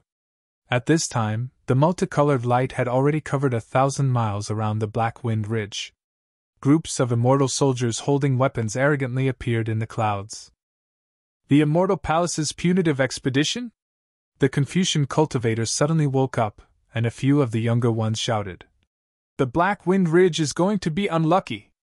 Dong dong dong! The war drums sounded. In the flames, several war drums that were like the sun let out rumbling sounds. In the midst of the war drums, 2 sun chariots spat out flames and rushed out of the clouds. The Immortal Palace's crusade, the innocent cultivators forced back the 3 sects. The war chariots appeared and the war flags waved. A voice came from an unknown place in the clouds, accompanied by the sound of the drums. Let's go! How could the Confucian cultivators not know how powerful it was? Before they could see the flag on the war flags, they immediately used their flying techniques to escape. If the immortal soldiers attack, no one will be able to escape. As for the land that they were previously patrolling, they looked very far away and shrank back into the ground, disappearing in a moment. The war chariot stopped in the air and an immortal general flew out. He saluted and said, "Reporting to the great general, there is a Taoist formation on the Black Wind Ridge. This humble one has already investigated it. It is a high-level Taoist formation. If there is no accident, it should be the Taoist's great heavenly star formation. This humble one couldn't see the situation inside clearly. Did any Taoist cultivators escape?" Sun Jian's voice was very calm, as if he didn't care about the great heavenly star formation. Aside from the 121 Confucian cultivators within 100 miles of the Black Wind Ridge, not a single cultivator escaped from the Black Wind Ridge. Set up an inescapable net. Yes. The immortal general obeyed. Not long after, more than 10,000 immortal soldiers descended from the clouds and landed in an oval shape above the Black Wind Ridge capital star formation. Many immortal soldiers took out their weapons and flew out. The awe-inspiring Chi pillar outside the Black Wind Ridge from before rumbled incessantly. "Great General Sun!" Sun Gang stood on the war chariot and sneered. "This place doesn't seem to be too far from the Longevity Town. With such a large formation, I'm afraid it has already attracted the Buddhist sect's attention. Is this your plan to intimidate them?" Sun Jian's figure didn't appear on the war chariot, so Sun Gang naturally couldn't see his expression. However, he did hope that Xiao Hua, who was inside the Black Wind Ridge, would be quick-witted and quickly escape from the formation. He would take advantage of the fact that the great heavenly star formation had yet to take shape and break through. Those who weren't from the Immortal Palace wouldn't know how powerful the great heavenly star formation was. Relying on the Taoist formation to resist stubbornly would definitely lead to death in the end. This wasn't something Sun Gang wanted to see. -13. Chapter 38-24. Unfortunately, the inescapable net's power was not small, and the sound of the war drums was also very loud, but Xiao Hua, who was deep under the Black Wind Ridge, could not sense it. Looking at the colorful clouds filling the sky and the countless golden rope-like engraved rule chains covering the entire Black Wind Ridge like a big net, and the engraved rule chains even penetrated the ground, Sun Gang suddenly realized something. Maybe Xiao Hua was not in the Black Wind Ridge at all. Xiao Hua was of course in the Black Wind Ridge. At this moment, Xiao Hua was brimming with confidence, and prepared to work harder to clean up the Black Wind Ridge's source stone vein. Suddenly, an extremely strange aura appeared from underground, and then it instantly surrounded Xiao Hua's figure like mercury. Moreover, that aura didn't stop at all, and it continued to spread towards the surroundings. This aura overflowed the engraved rule chains, and Xiao Hua was very familiar with the power of order between the engraved rule chains. This? Xiao Hua was a little surprised. What is this? Could it be that there is a Heaven's Punishment prison crystal under the Black Wind Ridge? Thinking of this, Xiao Hua hurriedly gave up on the source stone vein and moved down. When he was close to that aura, he did not need to release his divine sense. Xiao Hua's eyes could already see that between that dark layer of soil, a layer of armor inscriptions flashed with a faint multicolored light like a small stream flowing slowly. That armor inscriptions were connected to each other, and it was extremely similar to the engraved rule chains on the Heaven's Punishment prison crystal. Xiao Hua frowned slightly and looked around. This faint multicolored light covered the entire ground, as if it was everywhere. What was special was that this layer of multicolored light was between the source stone vein and the metal and wood magnetic space. Xiao Hua could be sure that this multicolored light was definitely not there before, and was just born. Xiao Hua thought for a moment, and released his divine sense. Boom! Xiao Hua's divine sense had just touched the multicolored light when a huge thunderbolt rushed out from the engraved rule chains and pounced on Xiao Hua's Naiwen Palace along with his divine sense. The power of this thunderbolt was even more fierce than the Heaven's Punishment prison crystal. Humph! Xiao Hua's divine sense condensed and attacked the thunderbolt. In a loud noise, the thunderbolt was broken and retreated, and Xiao Hua's divine sense was shattered. Motherfucker! Xiao Hua's heart went cold. Looking at the densely packed Ming-Law shackles under his feet, his scalp couldn't help but go numb. These are tens of thousands of heaven's punishment prison crystals. Even if I have the demon clan's saint bloodline in my body, I'm afraid I can't get rid of it, right? Inside Xiao Hua's body, the 132 million small dots were constantly changing. The bloodline of the Absolute Saint was also constantly transforming Xiao Hua's body. However, this bloodline was known as the Absolute Saint. How could it possibly complete the transformation of the body in just a few years or a dozen years? Even if Xiao Hua had successfully obtained the inheritance of the demonic beast clan, it would still be impossible for him to break this strange engraving chain. No. Xiao Hua looked at the crisscrossing Ming-Lu chains and suddenly realized. This thing definitely didn't exist originally. It was originally hidden in the ground. Instead, it had just been laid down by someone. Fuck, this Zhao's Black Wind Ridge has indeed attracted the attention of the Immortal Palace. This Xiao has been blocked in the Black Wind Ridge. Xiao Hua's regret only lasted for a moment. Although he had already given up on the Black Wind Ridge, in his plan, if the Immortal Palace's immortal soldiers and immortal generals came to exterminate the Black Wind Ridge, he should still meet the immortal soldiers and immortal generals face to face. He wanted the Immortal Palace to think that the Black Wind Ridge was Xiao Hua's lair and not pay attention to the soaring Dragon Mountain Range and other places. Alright, since the Immortal Palace's people have come, this old man will take a look at the difference between the Immortal Palace's Ming-Law shackles and the Heaven's Punishment Prison Crystal's Ming-Law shackles. Xiao Hua understood. With a wave of his hand, he took out the Kunlun mirror. Under the stimulation of his magic power, a six-colored light pillar loudly fell on the Ming-Law shackles. Boom!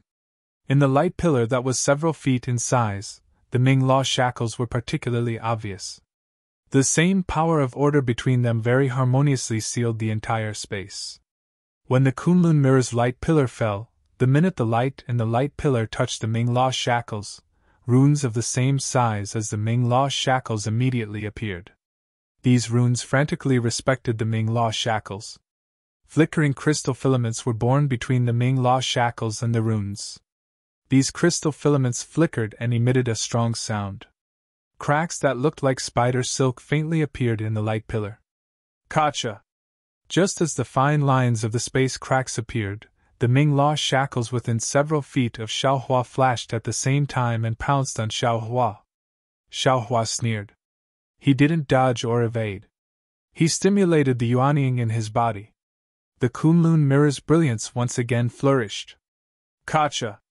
Several thunderbolts fell on Xiao Hua's body. The golden light protecting Xiao Hua's body was shattered. His Taoist robe also turned into ashes. However, on his flashing dark golden skin, in addition to hundreds of tiny black lines, there was also the Ming-Law shackles that penetrated deep into his flesh that were more painful than the tip of a needle. Xiao Hua didn't suffer any particularly big injuries. However, after this thunderbolt, even if the Kunlun mirror's light pillar increased again, the chains in the Ming-Law shackles became thicker and sturdier. The Ming-Law shackles' runes far surpassed the Kunlun mirror's runes. Even more Ming-Law shackles pounced on the Kunlun mirror with flickering crystal filaments. Seeing this, Xiao Hua understood that his Kunlun mirror might not be able to resist the entire Ming-Law shackles. If he wanted to escape, he would need to use other methods. At this moment, Xiao Hua didn't have time to think anymore. The entire Ming-Law shackles trembled. Countless thunderbolts turned into a torrent and pounced on Xiao Hua. An incomparably majestic voice came from the thunderbolts. Evil path, you dare to break my Immortal Palace's inescapable net? Why don't you come in front of this general and admit your crimes before being captured? The enormous thunderbolt forced Xiao Hua to have no choice but to flee upwards. He originally wanted to take out another magic weapon, but when he heard this voice, he sneered and shouted, "What big words! This old man wants to see just how great your divine ability is to capture this old man." At this moment, high up in the sky, the immortal general in charge of setting up the inescapable net frowned. He urged his body to look down, and then hurriedly flew to the front of the war chariot. He bowed and said, "Reporting to the great general, there are signs of the inescapable net being attacked under the Black Wind Ridge." "What's the result? Did anyone escape?" "No," the immortal general hurriedly replied. "There are no signs of the inescapable net being broken." Sun Jian, who was on the war chariot, said indifferently, "Set up the formation.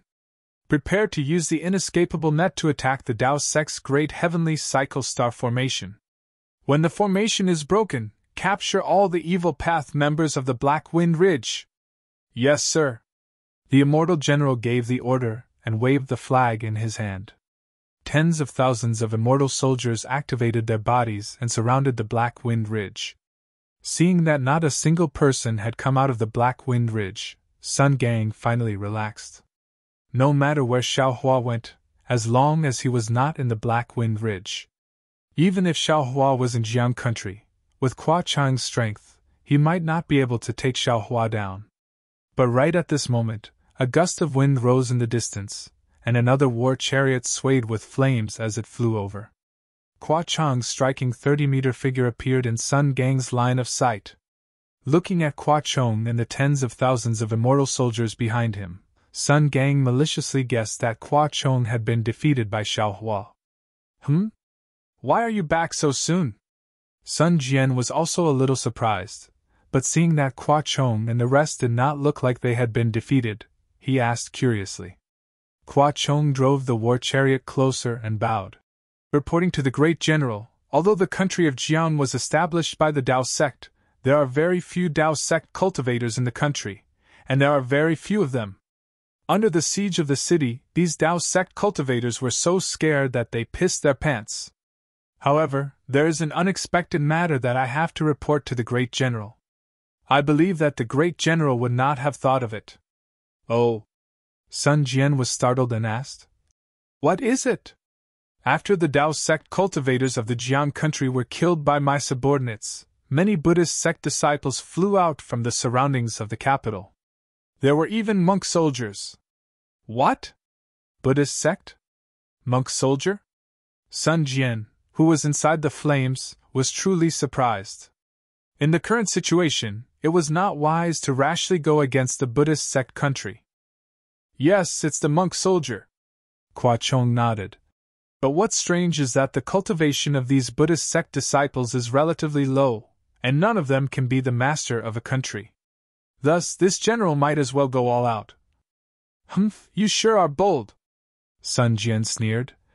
"I told you to destroy the Dao sect's Jiang country, but you actually killed the disciples of the Buddhist sect." Qua Chang said in a low voice, feeling wronged. "Great general, the Jiang country is indeed a Dao cultivator country. The imperial advisor's law recorded that the Dao sect cultivators established a country. My Sun Palace is under the orders of the Immortal Emperor to annihilate the Jiang country. Not to mention the appearance of the Buddhist sect in the Jiang country, even if it was a Confucian cultivator. This general does not dare to disobey the orders of the Immortal Emperor." "That's right, that's how it should be." When Sun Gang heard this, no matter what happened to Xiaohua, he was already in high spirits. He did not have a good impression of the Buddhist sect. Hearing that Qua Chang had killed a Buddhist sect disciple, he naturally cheered from the side. "Kill all these bald donkeys." Unfortunately, after Sun Gang finished speaking, he suddenly came to his senses. If Xiaohua was not in the Jiang country, where could he be? Wasn't he inside the Black Wind Ridge's great formation? Sun Jian muttered to himself on the war chariot. He was born to kill, and who knew how many vengeful spirits he had under his command? How could he be afraid of killing a few more Buddhist sect disciples? The only person he was afraid of was Sun Gang. Now that Sun Gang had spoken, what else could he say? Those who shouldn't be killed, none of them can be killed. Those who should be killed, not a single one of them can be let off.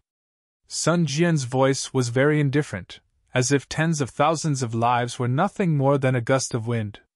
"Don't worry, great general." Qua Chang laughed.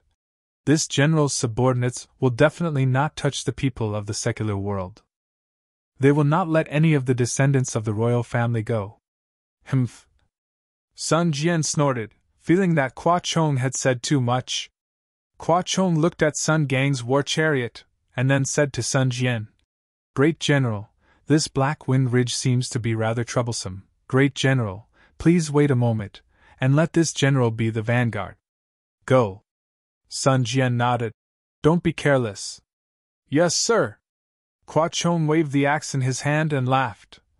This general is not an idiot. How could this general dare to be careless with a Dao sect cultivator who could kill Kong Han Wu of the Star-Lord Palace? -13.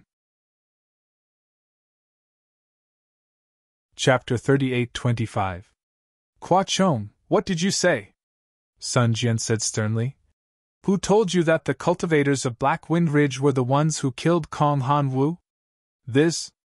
Qua Chong heard the change in Sun Jian's tone, and knew it was bad. He quickly bowed and said, This general deserves to die. This general deserves to die. Speak, who told you? Sun Jian hid in the flames and didn't show himself, but his tone was very strict. Dong Fan Hao Hua. Qua Chong replied without hesitation. After this general followed the great general to conquer Jing province, Dong Fan Hao Hua came too. This general told this general when we were drinking. Qua Chong wanted to say something else, but when he saw the flames on the sun chariot and Sun Jian's figure inside, he didn't say anything in the end. Qua Chong, this old man has told you more than once, Sun Jian said indifferently. We are immortal generals of the Immortal Palace. We only follow the orders of the Immortal Emperor. We only care about killing and conquering. Other things have nothing to do with us. Could it be that you've forgotten? Yes, this general knows his mistake. Qua Chong's huge body slightly bowed. It seemed like he was very afraid of Sun Jian. Go, this old man will remember this. Don't let others use you in the future, Sun Jian ordered. Qua Chong lowered his head and retreated. After flying for a while, he suddenly turned around and waved the broad axe in his hand in midair. The layers of clouds were torn in half by the broad axe. Roar! Qua Chong roared and shouted angrily. Damn evil path! Come out and die! Sun Jian's words clearly had a double meaning. Sun Gang was shy and his face was burning. However, he didn't care because he was young. Sun Jian, on the other hand, stood on the war chariot like an iron tower. He looked at the red-faced boy on the battlefield with a puzzled expression on his cold face. He really did not understand why the Hall of Enlightenment would send this boy over for no reason.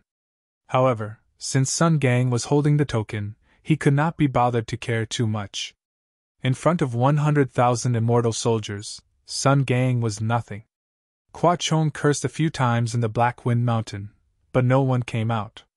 Qua Chong was furious. Roar! Qua Chong opened his mouth and spat out Jinqi. The Jinqi tumbled in the air and condensed into pillars of Jinqi from all directions. They crashed into Qua Chong's body. Layers of inscriptions gushed out from Qua Chong's body. The inscriptions were like clouds.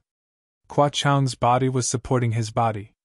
In a moment, it grew to a size of 100 zhang. Puff! Qua Chong's sub-body opened its mouth again, and a mouthful of three-colored Tru Chi landed on the Xianhua broad axe. Layers of inscriptions also appeared on the surface of the Xianhua broad axe, and in a few breaths, it expanded to a size of 1,000 feet. Since you don't want to come out, if you want to be a coward, then take a look at my axe! Qua Chong shouted and waved his arms. The Xianhua broad axe let out a thunderous roar in the air. Gray cracks faintly appeared on the sharp axe. Woo! The axe was like a mountain as it chopped down on the capital star formation. General Qua! Another immortal general standing in the distance saw Qua Chong swing his axe to attack the formation and quickly wanted to warn him. Unfortunately, just as he shouted, a huge crack appeared where the axe landed. It was as if the entire void had been split open by Qua Chong. Qua Chong, dodge! Suddenly, Sun Jian's voice came from the war chariot. Qua Chong was stunned and somewhat puzzled. It was at this moment that he saw the crack suddenly sink. Then, There was a flash of brilliance at the deepest part of the crack. A seemingly cryptic rune moved slightly, and starlight appeared. A powerful force that suffocated Kwa Chong came rushing at him. This force was like a huge hand that pushed Kwa Chong's axe in the opposite direction and cleaved at Kwa Chong's sub-body. At this moment, a huge flaming arm extended from the Sun War Chariot and grabbed Kwa Chong's arm. Kwa Chong's 1,000-foot-tall body dodged to the side.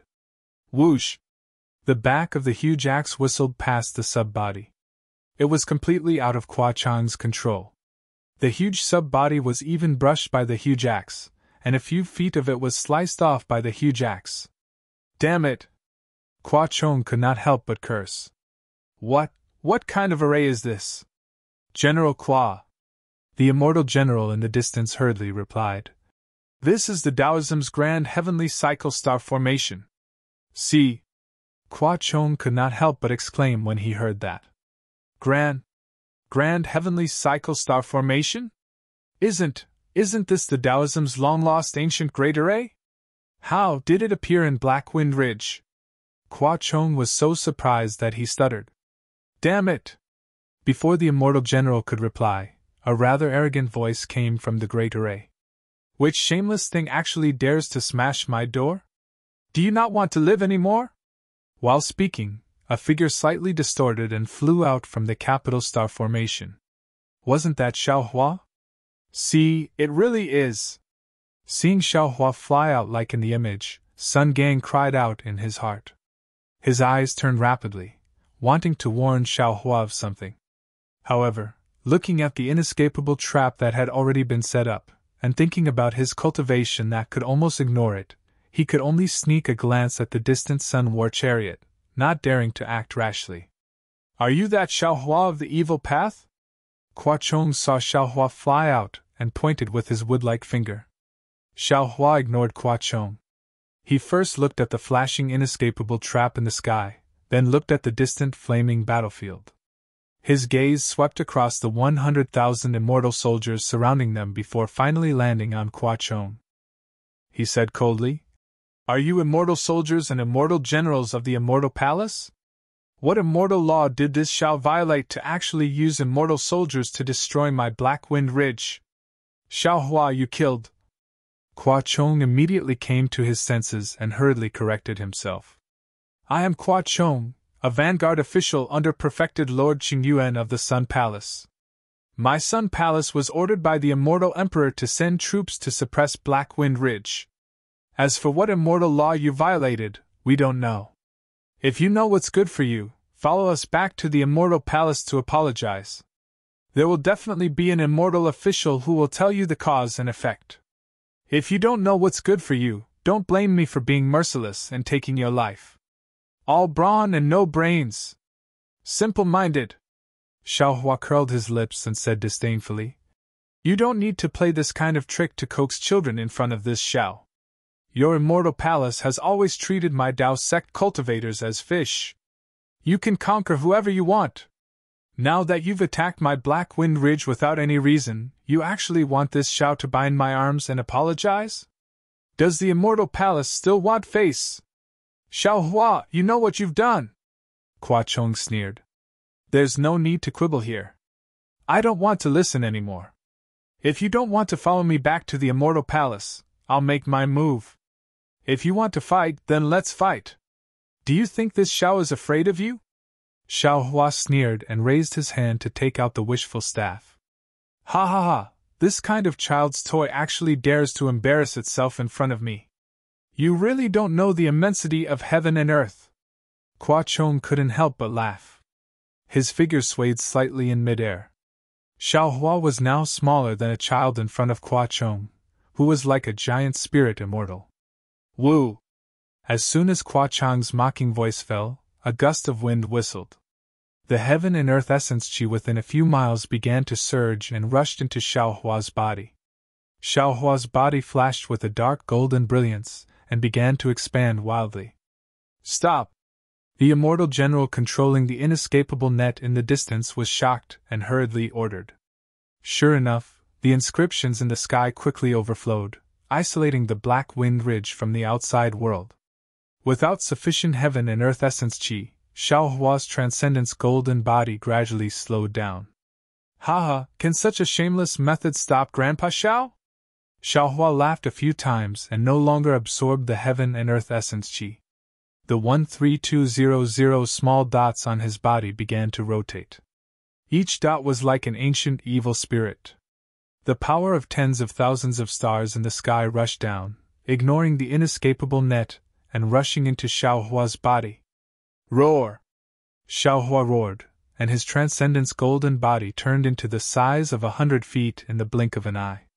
Qua Chang's mouth and nose were overflowing with a violent aura, but whether it was the eye-clearing technique or other magical powers, they could not detect any difference. Qua Chong was a little surprised. Grow, grow, grow! Xiaohua roared several times. In front of Qua Chang's stunned eyes, the wishful steel staff also grew to the size of 100 feet. It was not inferior to Qua Chang's axe. Sun Gang had already stood up from the chariot, his little face flushed with excitement.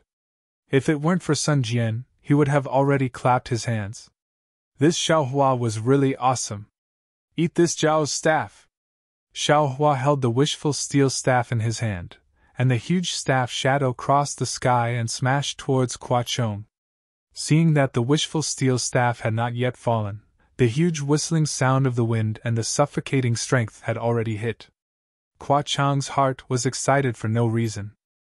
He also shouted, "Good! You also eat this Zhao's axe!" As he spoke, the Xianhua axe made a trembling sound. It was as excited as Qua Chong, and it split a subtle arc in the air to meet the wishful steel staff. Boom!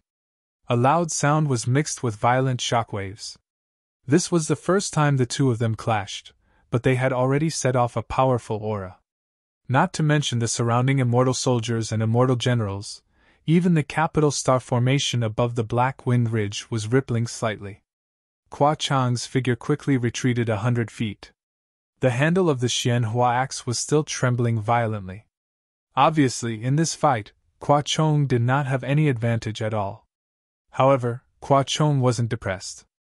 Instead, he was unusually excited. It was as if he was happy that he had met his match with Xiaohua.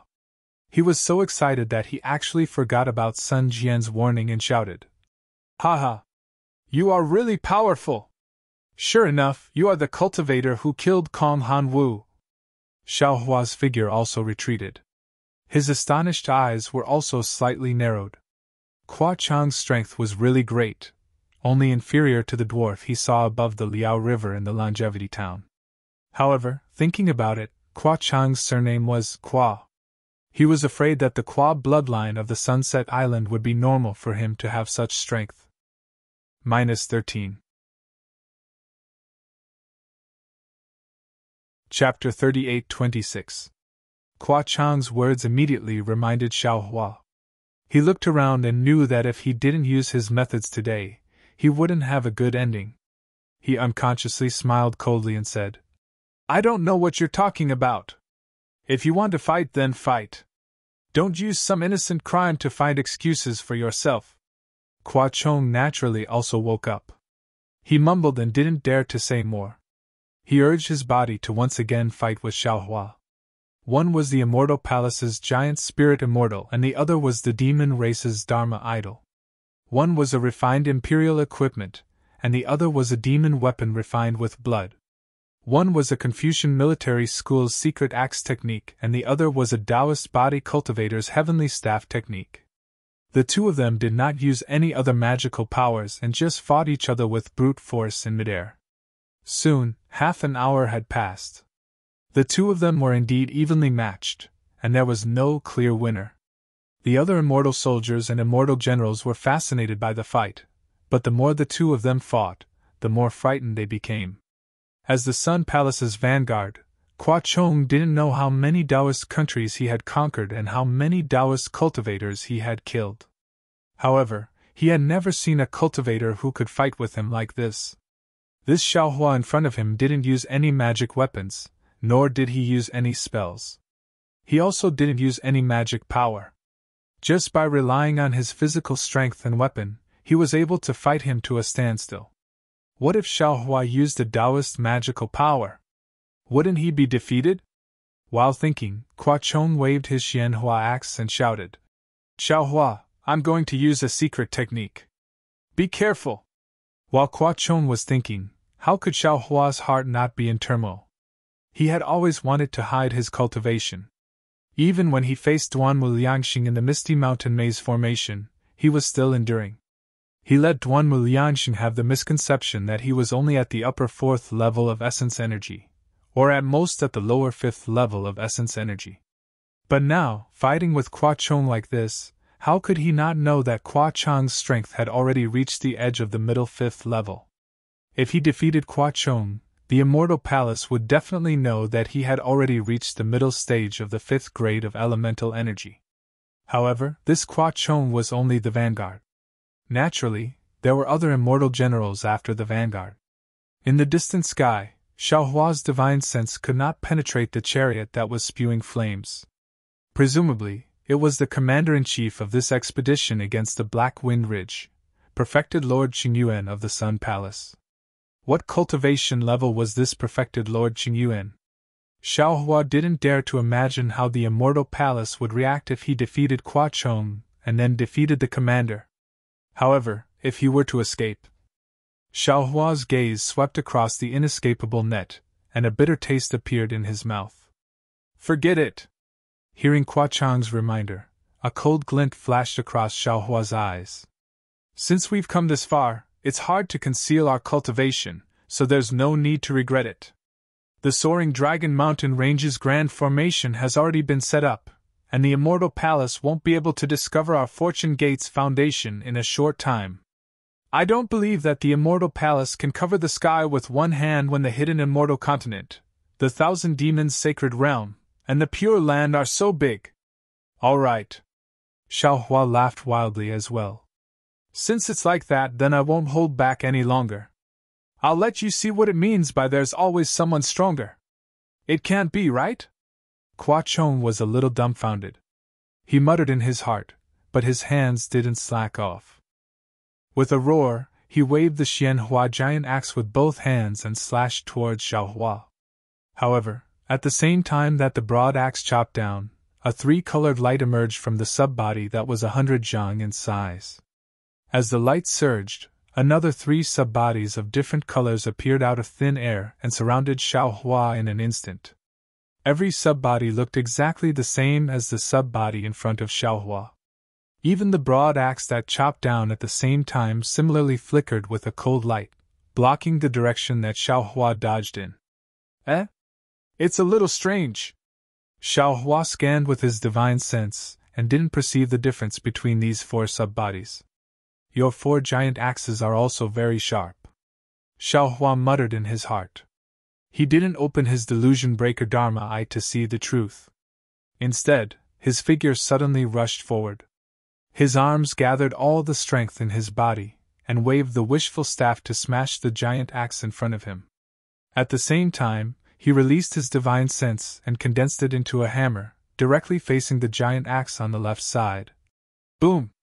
2 loud sounds came out at the same time. Xiaohua's wishful staff hit Qua Chong in front of him, and sent him flying 100 meters away. The giant axe in his hand had thousands of inscriptions on its handle and instantly shrunk like a child's toy. Looking at Xiaohua's left side, the hammer of divine sense also sent the giant axe flying. Moreover, the giant axe was extremely sharp. Xiaohua's divine sense was actually split in half. However, at the same time that Xiaohua's Naiwen Palace shook violently, the 2 hammer of divine sense crashed into one of Qua Chong's subbodies like meteors. Amidst a loud explosion, Qua Chong's avatar was pierced through. 2 massive holes appeared like a pair of soulless eyes. Swish! The 1,000-meter-sized avatar collapsed in a flash. It was even faster than melting snow. Boom boom! When the subbody clone collapsed, the other 3 clones had fear in their eyes. As the sound of their bodies collapsing rang out, Qua Chong's clone disappeared, and so did his main body. In fact, his body, which had gradually returned to its original size of 100 feet, was covered in layers of cracks that resembled spiderwebs. A bloody aura gradually spread out from the cracks. Damn it! Kwa Chong had never imagined that he would actually fall into such a losing situation.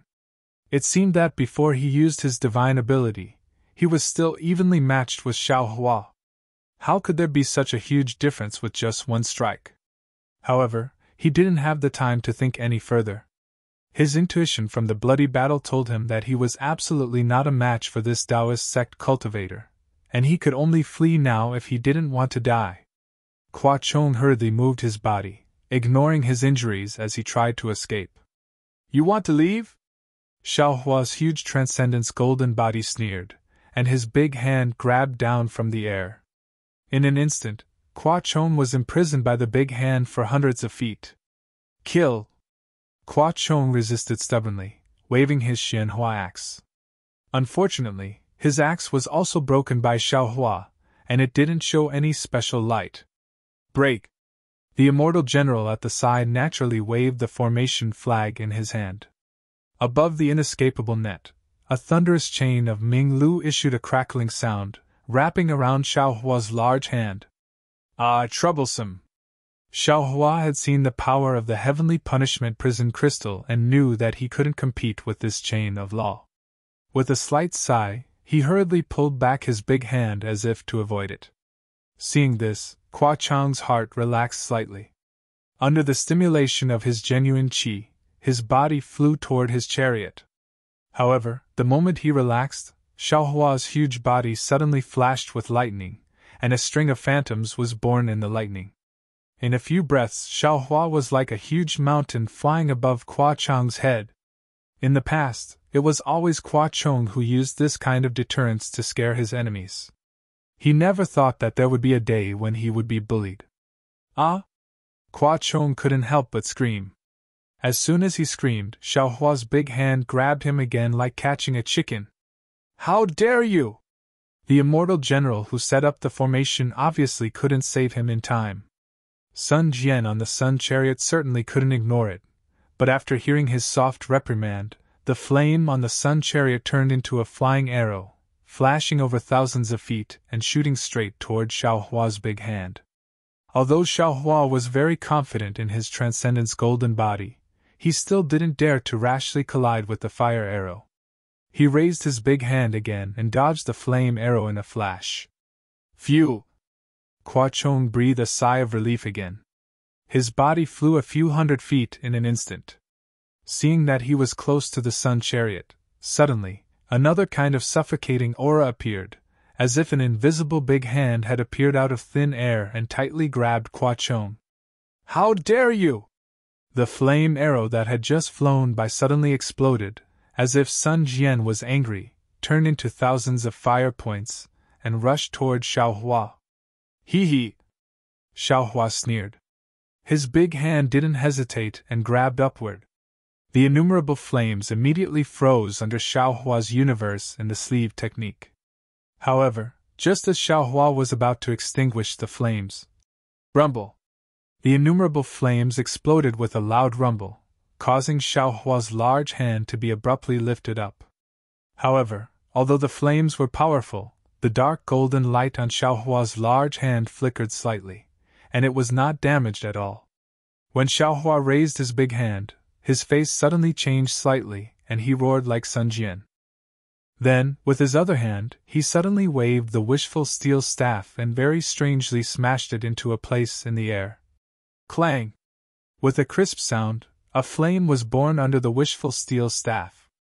Under the splashing of the flame, a three-pointed double-edged sword was revealed. And behind this three-pointed double-edged sword, Sun Jian's burly figure appeared in the air with flames lingering around him. Humph! The Immortal General of the Immortal Palace is really powerful. Xiao Hua waved his left hand and pinched Kwa Chong in his big hand. He sneered. This sneak attack ability, one is better than the other. Xiao Hua! Sun Jian's voice was like a burning flame. Let go of Kwa Chong! Xiao Hua sneered. Lord Supreme, I am so scared. The Immortal Palace really thinks highly of this Xiao. With that, Xiao Hua's figure slowly shrank, but his big hand still held Kwa Chong tightly. If you want to live, let go of Qua Chong. Sun Jian did not reveal his figure and said, This lord knows that you may be wrong, but this lord is under the emperor's order. If you let go of Qua Chong, this lord promises not to hurt you. You only need to go to the Lingyun Palace and explain things clearly. There is no danger to your life. To be honest, didn't you just kill Kong Han Wu? It's really nothing. Tsk tisk. Xiao Hua sneered and smacked his lips. Lord Supreme's upper lip touching the lower lip is easy to say. Not to mention whether this Xiao killed Kong Han Wu or not, just by the fact that Lord Supreme led so many immortal soldiers and immortal generals to besiege my Black Wind Ridge and set up such a huge defensive formation here. This Xiao can't see that the Immortal Palace wants to exterminate my Black Wind Ridge without leaving anyone alive. This Xiao took a lot of effort to capture a hostage. If I let him go, how can this Xiao face the disciples of my Black Wind Ridge? -13. Chapter 38-27. Xiao Hua, don't think that just because you have an immortal general of my Sun Palace, this true monarch will hold back. Sun Jian replied decisively. In this inescapable net, this true monarch has 10,000 ways to capture you. Ha! Xiao Hua laughed and raised Qua Chong. You can try. If you don't put your vanguard's life in your eyes, you can come at me. This Xiao can't guarantee that you won't crush Qua Chong into flesh and blood when you try. Oh, right, my Dao sect seems to have another method. This Xiao also wants to try it. Can I crush Qua Chong's soul at the same time? How dare you! The flames around Sun Jian rushed into the air again. He was obviously extremely angry. Great General! Qua Chong struggled with all his might and shouted. Don't care about this general's life or death. Quickly kill this evil cultivator! Shut up! Sun Jian scolded, scaring Qua Chong into shrinking his head. He knew that Xiao Hua suddenly released his magic power to let him speak. This was Xiao Hua's plan to lure the enemy. Xiao Hua! Sun Jian pondered for a moment. The flames around his body suddenly disappeared, revealing his true body. He said, Look at who I am! Ah? Sun Jian? When Xiao Hua saw Sun Jian, who had thick eyebrows, big eyes, a lion's nose, and a tiger's mouth, he was slightly stunned. Then, he mocked himself. I really didn't expect you to be the great general of the Immortal Palace. Sun Jian ignored Xiao Hua's sarcasm and said indifferently, When this son obtained the Emperor's decree, I also obtained your image. This son obviously knows that the enemy this time is you. However, this son is a great general of the Immortal Palace. Therefore, this son can't violate the Emperor's decree because of some previous friendship. Moreover, to tell you the truth, I've already decided to follow the Celestial Emperor's order to annihilate your Black Wind Ridge and capture you to the Lingyun Palace. I'll personally plead for mercy on your behalf and ask the Celestial Emperor to forgive me with my status as a great general. Then I really have to thank Lord True Monarch. Xiao Hua laughed and said, However, this Xiao is a remnant of the Dao sect. I don't dare to associate with Lord True Monarch of the Immortal Palace. True Monarch, you don't need to worry about your former friendship. You should only worry about your vanguard. I'm sure True Monarch already has a plan in mind. No matter how high True Monarch's cultivation is, no matter how fierce this inescapable net is, as long as I'm determined, Qua Chong's life will be in my hands. That's right. You have the ability to do so. This son has long known about it. Sun Jian nodded and raised his hand, throwing a universe bracelet into the air as he said, This is what I owe you. Take it. I didn't expect Lord True Monarch to be such a trustworthy person. Xiao Hua stretched out the wishful steel staff and picked up the heaven and earth bracelet. He was not afraid of Sun Jian's tricks and directly put the heaven and earth bracelet into the space. Then he said, Presumably, once this thing is returned, you and I will no longer have any entanglements. Are you going to make a move? That's right. Xiao Hua, if you are a man, then release Qua Chong. This son can give you a guarantee. If you defeat this son can let your Black Wind Ridge live. This? Xiao Hua hesitated.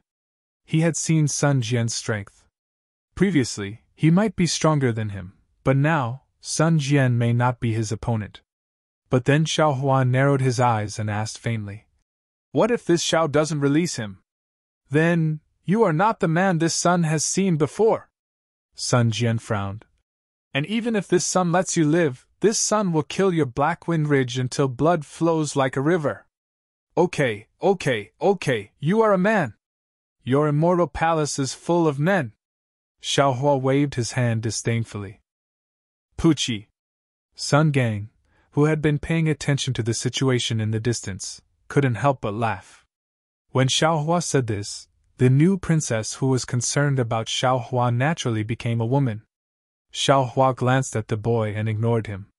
Sun Jian's face changed, and he said in a deep voice, "So, you are determined to cut off all ties with this sun?" "That's right." Xiao Hua nodded. "But this Xiao is unworthy. Now that this Xiao has fallen into the hands of the Immortal Palace, this Zhao's life is no longer in this Zhao's hands. Moreover, this Xiao has doubts as to whether true monarch can save this Zhao's life. In a matter of life and death, this so-called kindness, if it's cut off, then so be it. You don't believe this sun? Sigh, Sun Jian, it's not that this Xiao doesn't believe you." Xiao Hua sighed and pointed around. "The tens of thousands of immortal soldiers and generals besieging my Black Wind Ridge must be your subordinates. But can you guarantee that these immortal soldiers and generals are wholeheartedly loyal to you? This Xiao doesn't know how many palaces your immortal palace has, and how many generals you have, but this Xiao is sure that there must be someone who leaked the news today. If you have the heart, why did you reveal your relationship with this Xiao at this time? You only need to use the excuse that Qua Chong was captured by this Xiao to let this Xiao and Black Wind Ridge live. This is a reasonable reason in front of the Immortal Emperor. But you actually said it in front of so many people. Do you want this Xiao's life or Qua Chong's life? Or do you want your own life? This sun knows what you're talking about," Sun Jian said indifferently. "But this sun is true monarch Qingyuan, personally conferred by the Immortal Emperor, and also a general of the Sun Palace. This sun does things openly and honestly, and disdains to do such shady things. Yes, it's because you're so open and honest that this Xiao doesn't dare to entrust this Zhao's life to you." Xiao Hua nodded. "This is not a fight with real strength. The danger. Perhaps you really don't know." Of course, Sun Jian was not a fool. He raised his head and swept his gaze across the tens of thousands of immortal soldiers, finally landing on Sun Gang's face. Sun Gang jumped in fright and fiercely glared at Xiao Hua, hurriedly saying, "Lord True Monarch, this one, no need to say more." Sun Jian waved his hand and said coldly, "What this True Monarch has done is worthy of the heavens above, worthy of the earth below, and worthy of the Immortal Emperor. How you report it is your own business. This?" Sun Gang laughed bitterly. He did not expect Xiao Hua to have such a relationship with Sun Jian. If he had known earlier, why would he have followed them? From the looks of it, he might be the key reason why Xiao Hua was unable to escape. Xiao Hua ignored the relationship between the two and indifferently raised Qua Chong. "Lord True Monarch, this is in front of two armies, you can decide for yourself. Do you want Qua Chong to return to the Immortal Palace alive or not? You plan to abandon the disciples of the Black Wind Ridge and escape?" Sun Jian glanced at the Dutian star formation and said coldly, "Looks like this sun really misjudged you in the past?" Xiao Hua said indifferently, "You've only seen it once, what can you tell? As the saying goes, you may know a person for a long time, but not their heart. Besides, this Xiao is full of demons in this Black Wind Ridge. How many disciples can this Xiao have? Those disciples were already killed by you guys in Jiam country. Why should this Xiao care about the life and death of the Black Wind Ridge's demons? Lord True Monarch." Sun Gang rolled his eyes and anxiously said, "Qua Chong is a general of my Immortal Palace. His identity is not something that this evil Xiao Hua can compare to. In my opinion, why don't we let Xiao Hua go in exchange for General Qua Chong's life? All the demons in the Black Wind Ridge are here. If we kill all of them, we won't go against the Immortal Emperor's orders." "Shut up!" Sun Jian berated. This true monarch knows what to do. How can a child with a yellow mouth speak in front of 2 armies? Seeing Sun Gang shut his mouth in anger, Xiaohua sighed. It was obvious that Sun Gang wasn't Sun Jian's subordinate. Now that Sun Jian knew him, Sun Gang already had something on him, and Sun Jian still scolded him like this. This kind of upright and plain-spoken person was worthy of being friends, but the chances of this kind of person being framed was also very high. Thinking of this, Xiaohua's eyes flashed with a fierce light as he looked at Sun Gang. Although Sun Gang was small, he was very quick-witted. Seeing Xiaohua looking at him, his heart turned cold. He hurriedly shrank his body and hid behind the immortal soldier driving the carriage, afraid that he would attract Xiaohua's attention. At this moment, the black wind ridge was truly cold, as if the tens of thousands of immortal soldiers did not exist. In the air, other than the whistling of the wind, there was only the roaring of fire on the flaming chariot. Sun Jian's gaze was fixated on Xiaohua, as if his gaze was about to pierce into Xiaohua's body. This Sun, I thought you were a peerless hero, Sun Jian said word by word, his tone heavy. I've always wanted to come down to the lower realms to pay you a visit, but who would have thought that you are actually such an irresponsible person? The cultivators of the Black Wind Ridge who are about to die are the same as this Sun. I didn't see your true face. Since you want to escape, fine. This Sun will risk being punished by the Immortal Emperor and let you live today. Everyone, open the inescapable net. Sun Jian's order was like a mountain. The immortal general who set up the formation didn't dare to say a word. He slightly raised the formation flag in his hand and a ray of light shot through the inescapable net. Looking at the way to live and then looking at Sun Jian's heartbroken expression, Xiaohua slightly frowned. Sun Jian's words moved his heart. After all, Xiaohua and Sun Jian worked together to kill the strange insect in the void. Xiaohua's strength had already shown that he was at the lower 5th level of origin energy. If Sun Jian wanted to, he would have already reported to the Immortal Palace. Xiaohua might not be able to live freely in the future.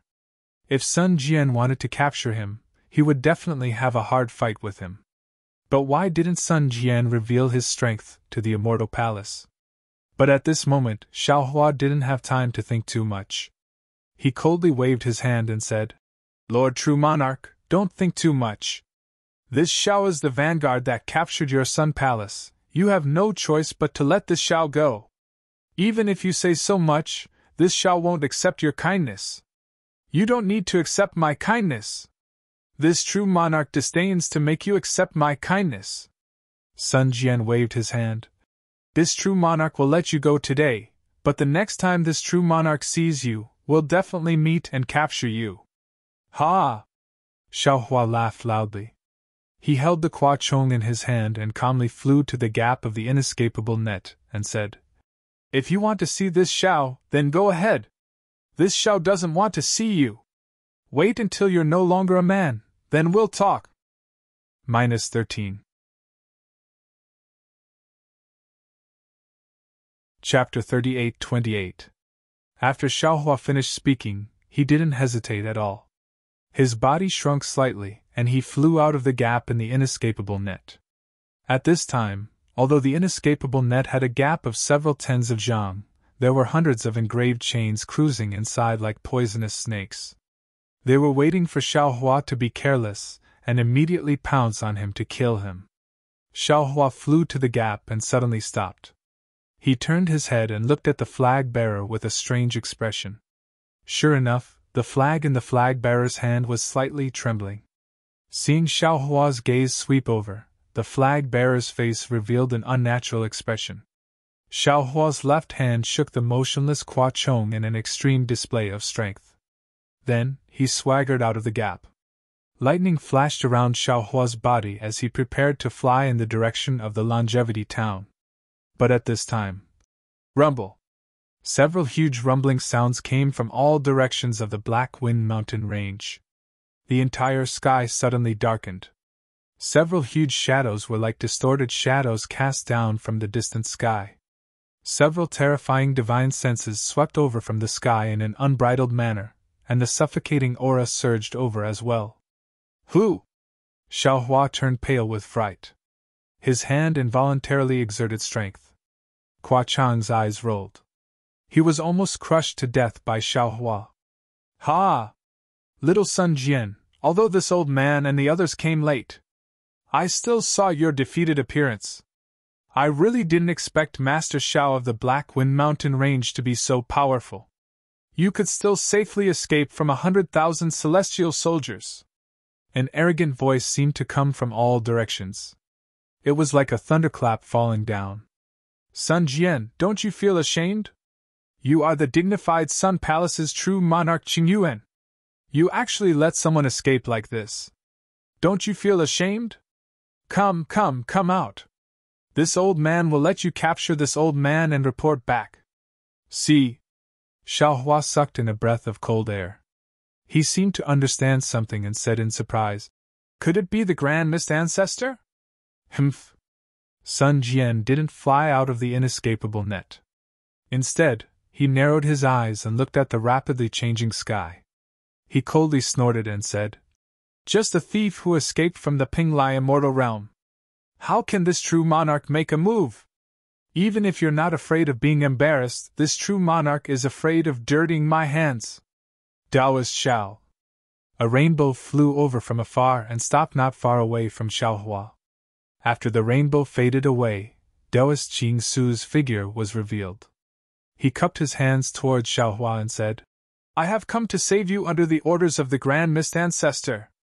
However, it seemed like there was no need for that now. Taoist Master Xiao is indeed the champion of the three armies. 100,000 heavenly soldiers are nothing to him. As expected of the person valued by the Patriarch. Thank you, fellow Taoist Qing Su.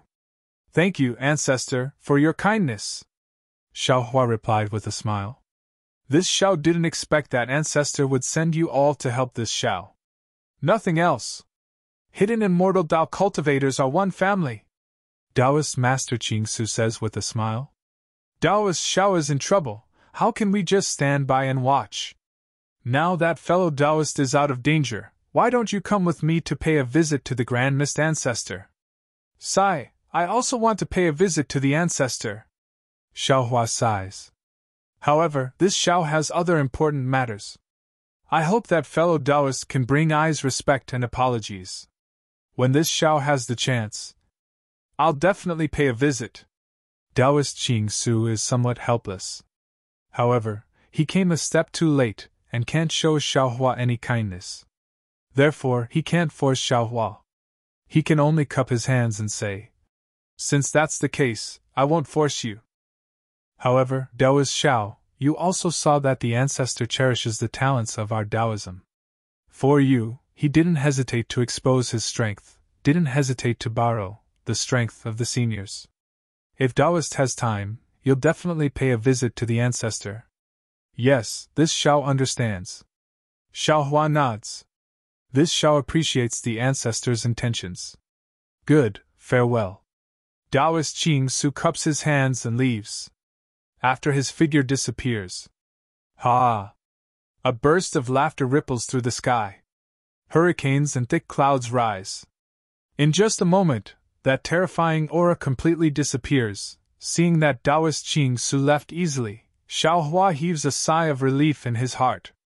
He understands that with the Grand Mist Ancestor's character, Taoist Qing Su has the intention to save him, but more importantly, he wants to pull him closer to the Grand Mist Ancestor and let the Immortal Palace force him a little more. Grand Mist Ancestor, it's better to stay away from him. Xiaohua thinks and hurriedly moves his body, flying towards the Longevity Town. After flying for a while, Xiaohua turns his head and calls out, Lord True Monarch, when this Xiao feels safe, this Xiao will release Hua Chong. Don't chase. Xiaohua's laughter echoes in the air and soon disappears. However, Sun Jian's voice chases after Xiaohua. Xiaohua, if you want to live, stay away from the Grand Mist Ancestor. Otherwise, this true monarch won't need to crusade again, you'll be bitten into pieces by him. Haha, Lord True Monarch doesn't need to worry about this. Xiaohua's voice is very strange. Great General. Seeing that Xiaohua has left, the Immortal General in charge of the formation says in a low voice, "This Xiaohua is really powerful. This general doesn't dare to act blindly without thinking. When did this true monarch ask you to attack?" Sun Jian says coldly. The Immortal General doesn't dare to answer and hurriedly waves the formation flag to fill the gap. "Break the formation." Sun Jian retracts his gaze from the distance and looks at the capital Heaven Star formation under his feet. He orders indifferently. His figure flashes and instantly lands on the Sun Chariot. The chariot's flames rise again, blocking Sun Jian's figure. Damn it, this Xiaohua is too cunning. Not only did he take Hua Chong as a hostage, he also escaped to the Longevity Town. Even if Sun Jian wants to chase, he doesn't dare to.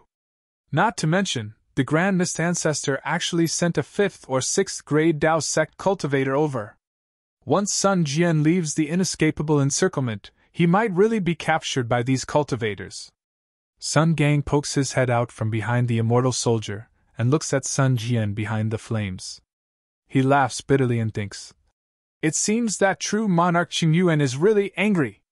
This Black Wind Mountain range is probably going to be a bloodbath." Boom! While Sun Gang is thinking, countless inscription law chains crazily pounce on the capital Heaven Star formation like tyrannical flood dragons. This represents Sun Jian's unusual feelings of shame and anger. Although the capital star formation that Xiaohua had set up in the Black Wind Ridge was incomplete, it was still a famous defensive formation of the Taoist sect. Under the inescapable attacks of the 100,000 celestial soldiers, this unmanned formation actually managed to hold on for 2 hours before it collapsed with a loud bang. At this moment, Hua Chong, who has already returned, looks at the messy but dead Black Wind Mountain range and is dumbfounded. The Immortal Palace spent so much energy to suppress the Black Wind Mountain range, but actually, nothing. Thinking that he was still captured by Xiaohua, Hua Chong clenches his teeth and flies to the front of the Sun Chariot. He bows and says, "Reporting to Great General, there is no one in the Black Wind Mountain range." Sun Jian's tone is calm as he orders, "Destroy all the elemental or veins underground and flatten the Black Wind Mountain range." "Yes." Hua Chong passes down the order, only to see the entire Black Wind Mountain range shaking. Tens of thousands of inscription law chains shuttles on the ground. As the inscriptions burst one by one, as the majestic pillars of Qi rumbles down, the heaven and earth elemental Qi like a hurricane is born from the underground veins. It is the heaven and earth elemental Qi that was destroyed by the inscription law chains and dissipated. "Great General." Hua Chong looks at the Black Wind Mountain range collapsing like tofu and asks in a low voice, "Since there is no one in the Black Wind Mountain range, Xiaohua's disciple must have fled elsewhere. Why don't we search around the Black Wind Mountain range? Maybe we can find something. My Sun Palace was only ordered to suppress Jian country and the Black Wind Mountain range. Now that it has been completed, there is no need to do anything else." Sun Jian replied indifferently, "When the Hall of Enlightenment finds the information of the other survivors of the Black Wind Mountain range, it won't be too late for us to follow orders." "Good." Sun Gang cupped his hands and said, "I will definitely report this matter to the deacon. Sir, please make a decision." The Black Wind Mountain Range's primordial stone mine was almost completely plundered by Xiaohua. The inescapable net only used an hour to destroy the remaining primordial stones. As Sun Jian activated the Sun Chariot, the 100,000 immortal soldiers returned to the Immortal Palace. Just as the immortal soldiers left, the Confucian cultivators who had been coveting the Black Wind Mountain Range flew over. When they saw the Black Wind Mountain Range change beyond recognition and the dense heaven and earth elemental Qi in the air, they unconsciously understood. Many cultivators turned and flew away. There were still cultivators who did not give up and escaped underground. However, not long after, all the cultivators flew away. From then on, the Black Wind Mountain Range disappeared from the hidden Immortal Continent, just like the short-lived Jian country. After a few months, the black gas that was no longer suppressed by the capital star formation began to seep out again. Gradually, the Black Wind Mountain Range returned to its former state. Tongzhou Country, Gu Country, and Jiming Country all sent troops to investigate. Then, they all tacitly made their own plans for the original Black Wind mountain range. This area became a barren mountain range again. It was also at this time that Xiaohua, who had almost finished setting up the soaring Dragon Mountain Range's great formation, escaped underground into the metal and wood magnetic space and began to set up the transmission formation. The majority of the transmission formations at the bottom of the Sage River were intact. Xiaohua only needed to refine these intact materials again. Of course, this teleportation array was different from the capital star array and so on. It needed to be meticulous, but Xiaohua wasn't in a hurry. While he was refining it, he carefully comprehended the array and practiced his divine sense. In this leisurely manner, the entire teleportation array took 5 years to set up. 5 years was not a long time, but it was extremely important for Xiaohua, who especially needed to go into seclusion. In these 5 years, Xiaohua's cultivation in all aspects advanced by leaps and bounds. Although he did not encounter any bottlenecks in his cultivation and reached the point of breaking through, compared to before he went into seclusion, it was incomparable. Within the space of the metal and wood elemental magnetism, a massive teleportation array with a boundless aura had been successfully set up. Xiaohua's figure flew out from the array. As a smile appeared on his face, he took out the Grand Universe teleportation token from the space. Quick! Xiaohua chanted an incantation and pointed at the Grand Universe teleportation token. A crystal thread fell from Xiaohua's finger into the Grand Universe teleportation token. -13. Chapter 38-29. Buzz! The Grand Universe teleportation token in midair made a strange sound. A faint green color began to flash in the void within a 1-foot radius. It looked extremely strange. As the strange sound appeared, an even greater movement rippled in the void. The void swelled as though Xiaohua was using green seal text. Ah! Xiaohua was a little surprised. Seeing the teleportation array in this state, how could he not know that the sacrificial refining of this teleportation array was related to the green seal text of soul cultivators?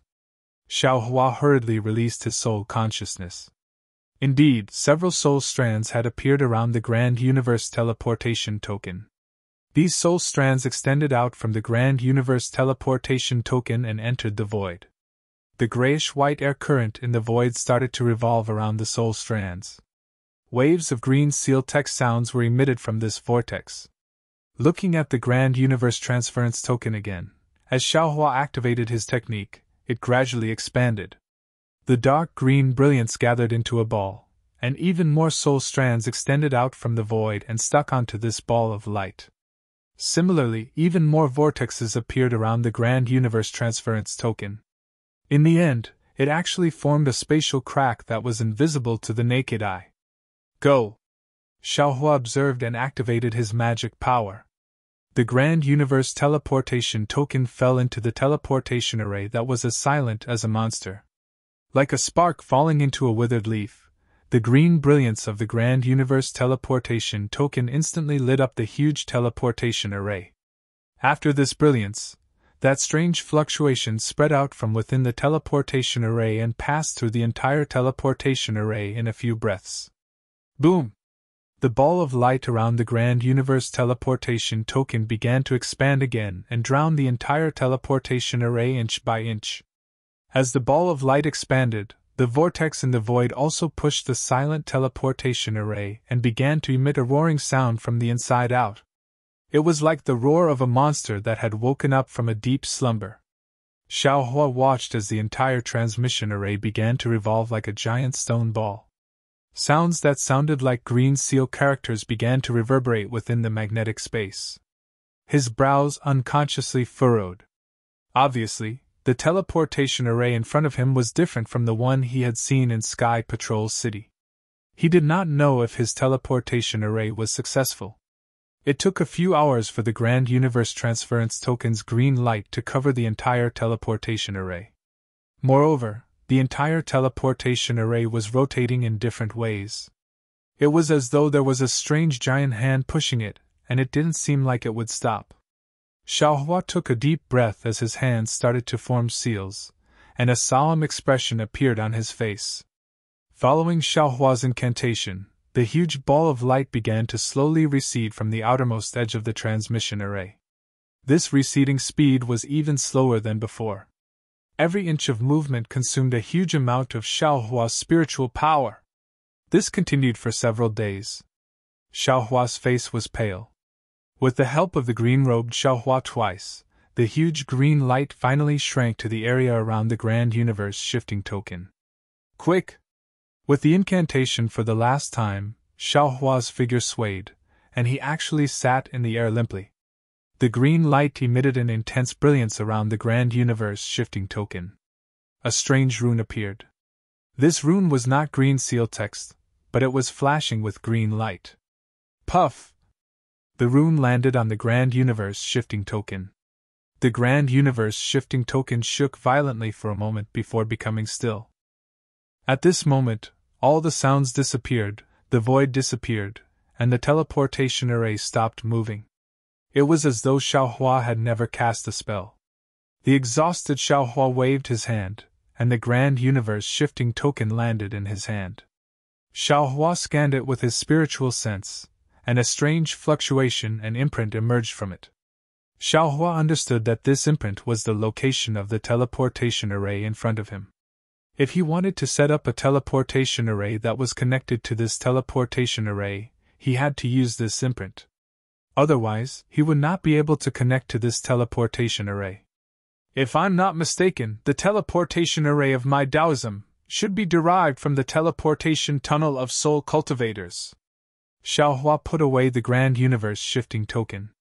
As he closed his eyes to rest, he thought to himself, "The teleportation tunnel of soul cultivators that I saw in the Misty Mountains is the real teleportation array.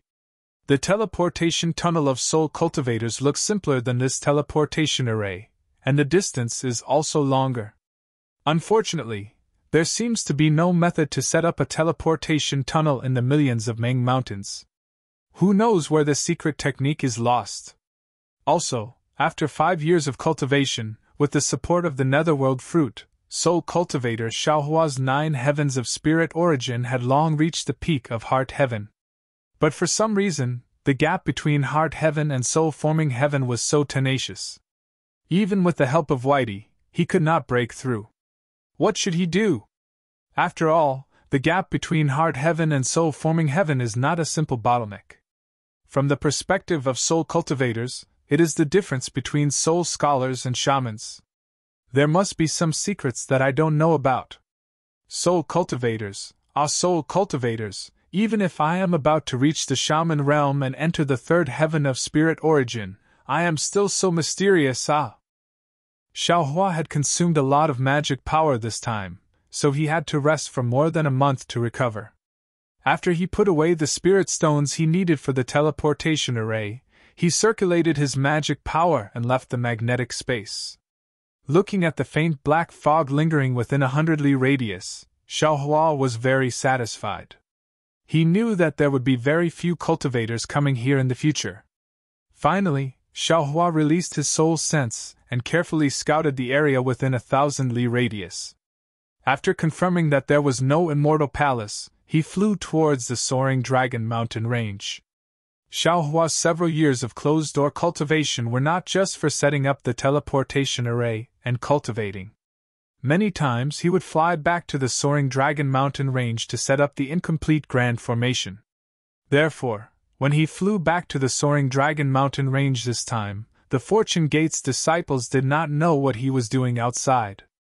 They just thought it was a simple trip. Although the soaring Dragon Mountain range's Grand Formation was not as detailed as the teleportation array, it covered a large area. It was also different from the Black Wind Ridge's Capital Star Formation. After Xiaohua returned to the soaring Dragon Mountain range, it took him more than a month to set up the Grand Formation. On this day, Xiaohua was in midair. He seemed to be struggling as he made a grabbing motion with his hand.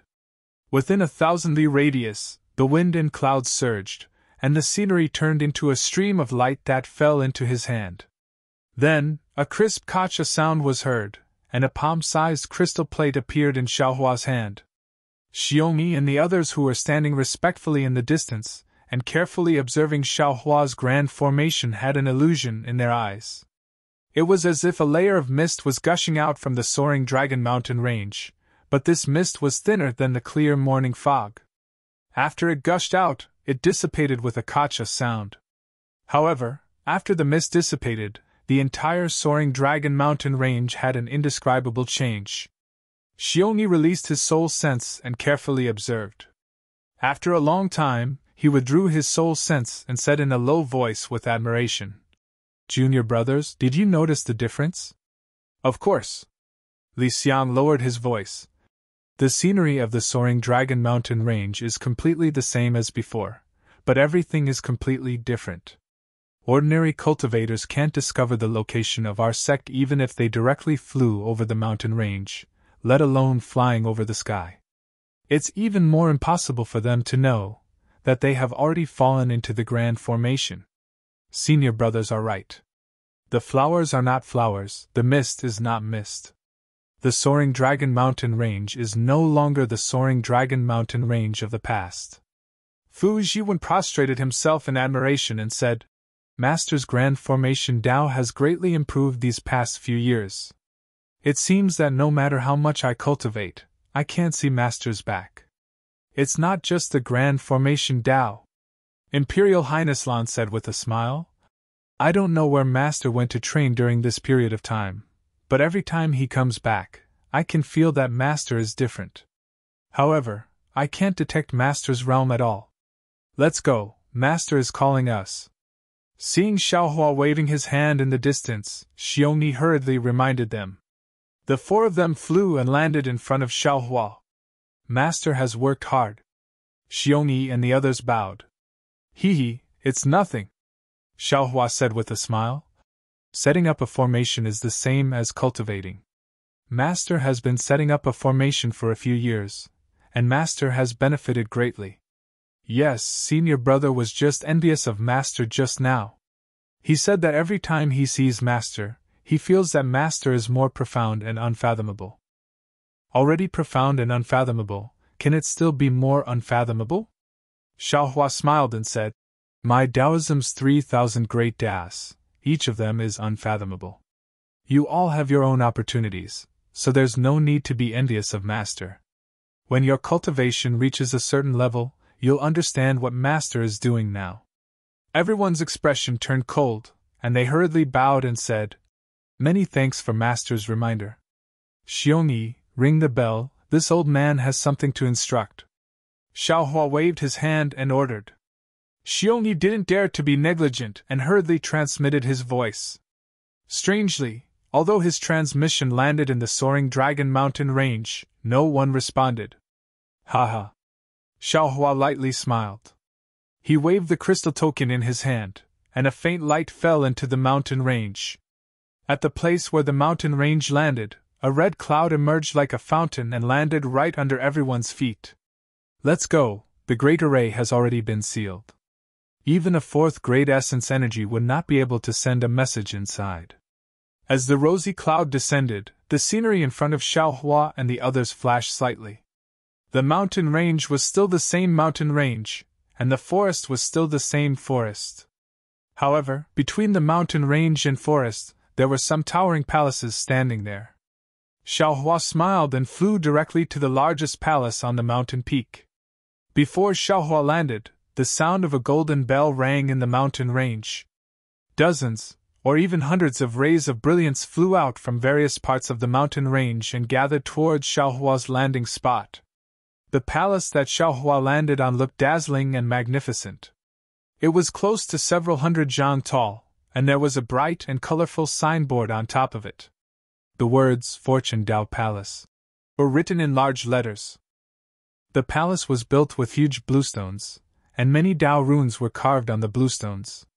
Wisps of heaven and earth yuan qi were constantly pouring into these runes from all directions, and the tens of thousands of runes were flashing with faint waves of Dharma power. Although the waves were obscure, they gave off an indescribable aura that was like a coiling dragon. This palace was naturally the Fortune Gate's main palace, The Fortune Dao Palace. -13. Chapter 3830. The Fortune Gate was currently entrenched in the soaring Dragon Mountain range, and they had already built more than 100 palaces. However, the Fortune Dao Palace was different. The Fortune Dao Palace was created by the combined efforts of Xiongyi, Prince Lan, and Li Xiang, and the restrictions inside were personally laid down by Xiaohua. These runes not only contain the Dao sex restrictions, but also the Confucian cultivator's dragon qi, occupying the fate of tens of thousands of li around it. When the Fortune Dao Palace's restrictions were completed, there was a faint dragon roar coming from the ground, followed by a 9-colored radiance soaring into the sky. If Xiaohua hadn't used the capital star array to conceal it, it would have attracted the greed of the Confucian cultivators. Xiaohua's figure landed in front of the Fortune Dao Palace, pausing for a moment before walking up the steps. There were 365 steps in front of the Fortune Dao Palace, and the center of the steps was not only engraved with dragons and phoenixes, but also inscriptions of mountains and rivers. Walking up the steps, there was a supreme majesty coming from the steps. Xiaohua had just led Xiongyi and the others up the steps when they saw the black bear spirit, white lion, and golden condor kneeling on the steps to welcome them. The black bear spirit even shouted, "Welcome, Master, into the palace!" Following the black bear spirit's shout, a tsunami of shouts came from the platform above the steps. "Welcome, Master, into the palace!" On the platform, there was a black mass of Fortune Gate's disciples kneeling on the platform. "Rise!" Xiaohua walked up the platform, turned into a streak of light, and landed in front of the embroidered chair. "Thank you, Master!" The group of disciples stood up and respectfully stood to the side. "Master has orders!" Lu Yi's voice rang out. "Xiongyi, Prince Lan, Li Xiang, and the others enter the palace for a discussion. We obey Master's orders!" Xiongyi and the other disciples didn't dare to delay and entered the palace. The interior of the Fortune Dao Palace was similar to the other palaces. There were several huge coiling dragon pillars in the palace, and Xiaohua sat on the embroidered chair on the high cloud platform. Lu Yi and Wang Yifei stood on the sides of the embroidered chair. Seeing that all the disciples were standing in order, Xiaohua opened his mouth and said, "This old man established a sect on the hidden Immortal continent and established the Fortune Gate on the soaring Dragon Mountain range. Although I don't dare to say that I'm the first to establish a Dao sect, but looking at the current Dao sect's sorrow, I can be considered as a prodigy. This old man is very happy that all of you have chosen to join my Fortune Gate. Today, my Fortune Gate's grand protective formation is finally completed. We can retreat, defend, or attack. Even if the Immortal Palace attacks again, even if there is an inescapable net, there is no need for you to be afraid. Many thanks for Master's grace." All the disciples were beaming with joy when they heard this. They bowed and saluted. Xiaohua continued, "Although our Fortune Gate has risked universal condemnation and dared to drag the Immortal Palace down to the mundane world, our foundation is still lacking. Compared to the hundreds of millions of years of heritage of Confucian cultivators, we are just children. However, a child will eventually grow into a strong man one day. This old man believes that as long as our Fortune Gate disciples work together and cultivate diligently, there will come a day when our Fortune Gate will become the most brilliant Dao sect on the hidden Immortal mainland." Although Xiaohua was encouraging everyone's blood was boiling with excitement. It was not only because of Xiaohua's words, but also because of the rapid improvement in their cultivation after entering the Fortune Gate. This was something they could never have imagined even in their dreams. After Xiaohua said a few more words and asked about the Fortune Gate's recent affairs, he asked, "Xiongyi, how is the situation in Yu Province?" "Good, Father knows." Xiongyi's face lit up with excitement. "Today's Yu Province, no, the entire hidden Immortal continent is in a mess." "Oh? What do you mean?" Xiaohua was already prepared, but when he heard this, he couldn't help but be slightly stunned. He asked, "Could it be that the battle between the Immortals and Buddhas in Shi Country's Longevity Town has spread to the entire hidden Immortal continent?" "Not only the battle between the Immortals and Buddhas. Xiongyi laughed. There is also the 100 schools of thought debate of the Confucian school. 100 schools of thought contending? Xiaohua raised his head and looked at Fujiwen, frowning slightly. After thinking for a while, he said, Let's talk about Longevity Town first. Yes, master. Xiongyi continued to explain. Just like what disciple reported to master earlier, the Longevity Town's immortals and Buddhas have been in an extremely delicate situation. The hidden immortal continent's kind-hearted men and women have been trekking from all over the continent to worship the Guanyin Bodhisattva's golden body.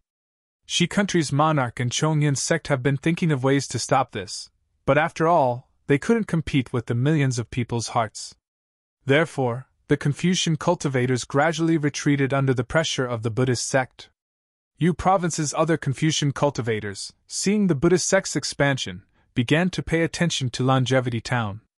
At the same time, this attention attracted the attention of many Confucian cultivators.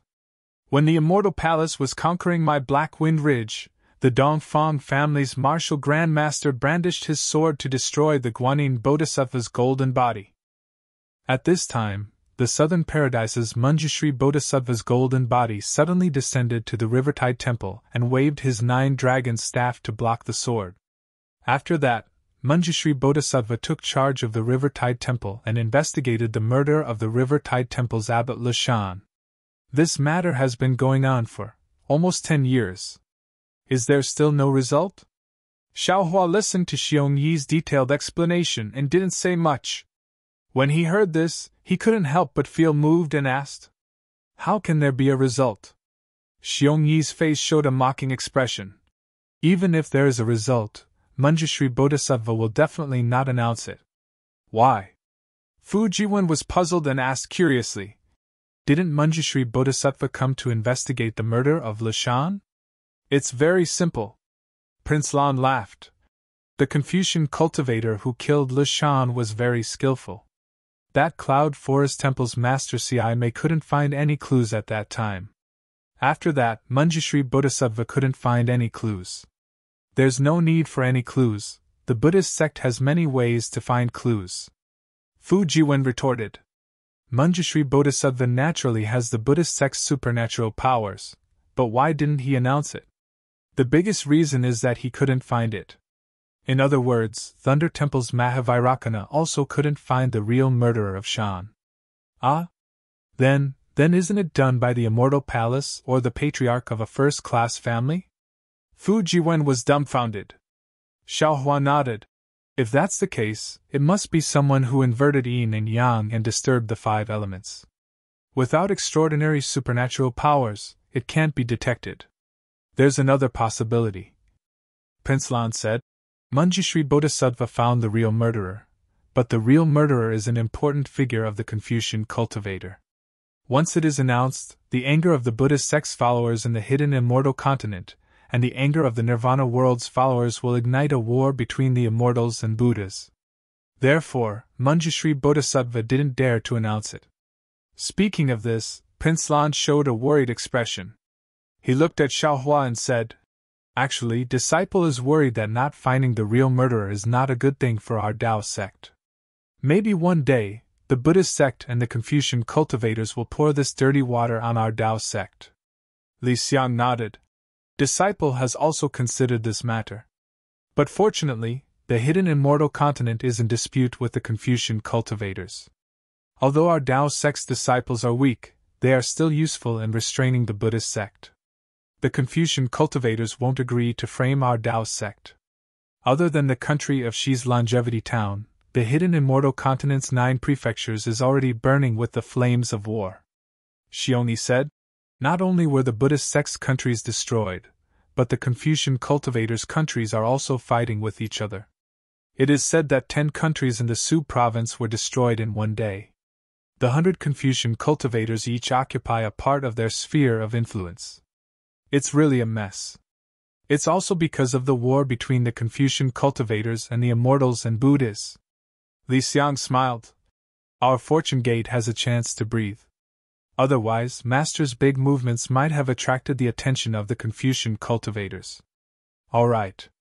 Xiaohua nodded. Our fortune gate's strength is weak. It's already not easy for you to find out so much. We don't care about other people's matters. We only work behind closed doors. Li Xiang, bring me the array plate you used in the Black Wind Mountain. Yes, master. Li Xiang respectfully handed over the Black Wind Mountain's array plate to Xiaohua. Xiaohua casually refined the array plate and passed it to Li Xiang. However, Li Xiang did not put the array plate into his cosmos bag after receiving it. Instead, he smiled and said, Master, disciple was guarding the Black Wind Mountain, so of course I had to use this array plate. Among us disciples, senior brother Xiongyi is the leader, so this array plate should be under his control. You have yours, and he has his. Xiaohua waved his hand and took out the crystal plate he had refined earlier. He tapped on it, and the crystal plate split into two. With a wave of his sleeve, the two pieces of crystal plate fell in front of Xiongyi and Prince Lan. He said, This array plate is the main array plate to control the soaring Dragon Mountain Range's grand array. The two of you will control it together. Inside the array plate is the method to control the grand array, and there are also other methods to enter and exit the array plate. You two can decide on your own. Yes, disciple understands. Xiongyi and Prince Lan carefully answered.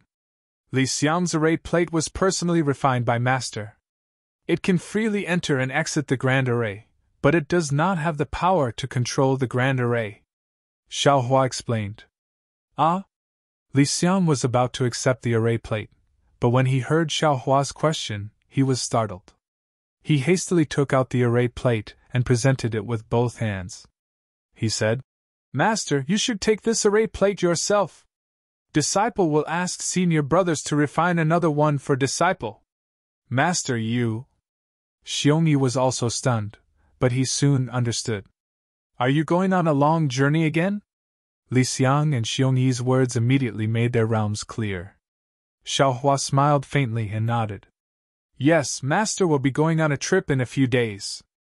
I'm afraid this trip will take a long time. The matters of the Fortune Gate will be handled by you three senior brothers. It's not that Master doesn't trust any of you, but the Fortune Gate has just been established. Under the eyes of Confucian cultivators and in the midst of the battle between immortals and Buddhas, it's better for us to be careful. As for Li Xiang, although this array plate is somewhat transcendental, in the hands of someone who is at ease, wouldn't it have any transcendental effect? Since Master said so, disciple can naturally take it.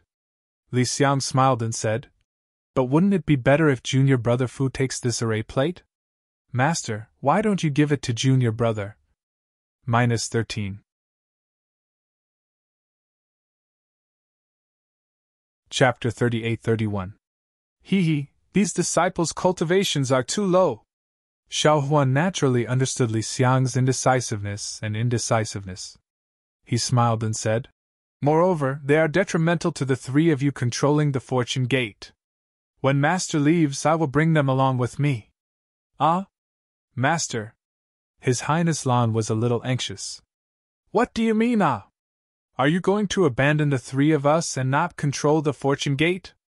How is that possible? Xiaohua waved his hand. Your cultivation is still too low, there are some things you cannot understand. Master felt it when he was setting up the formation. The three of you will definitely bring glory to the Fortune Gate in the soaring Dragon Mountain Range. Lu Yi and the others will also improve in terms of cultivation following Master.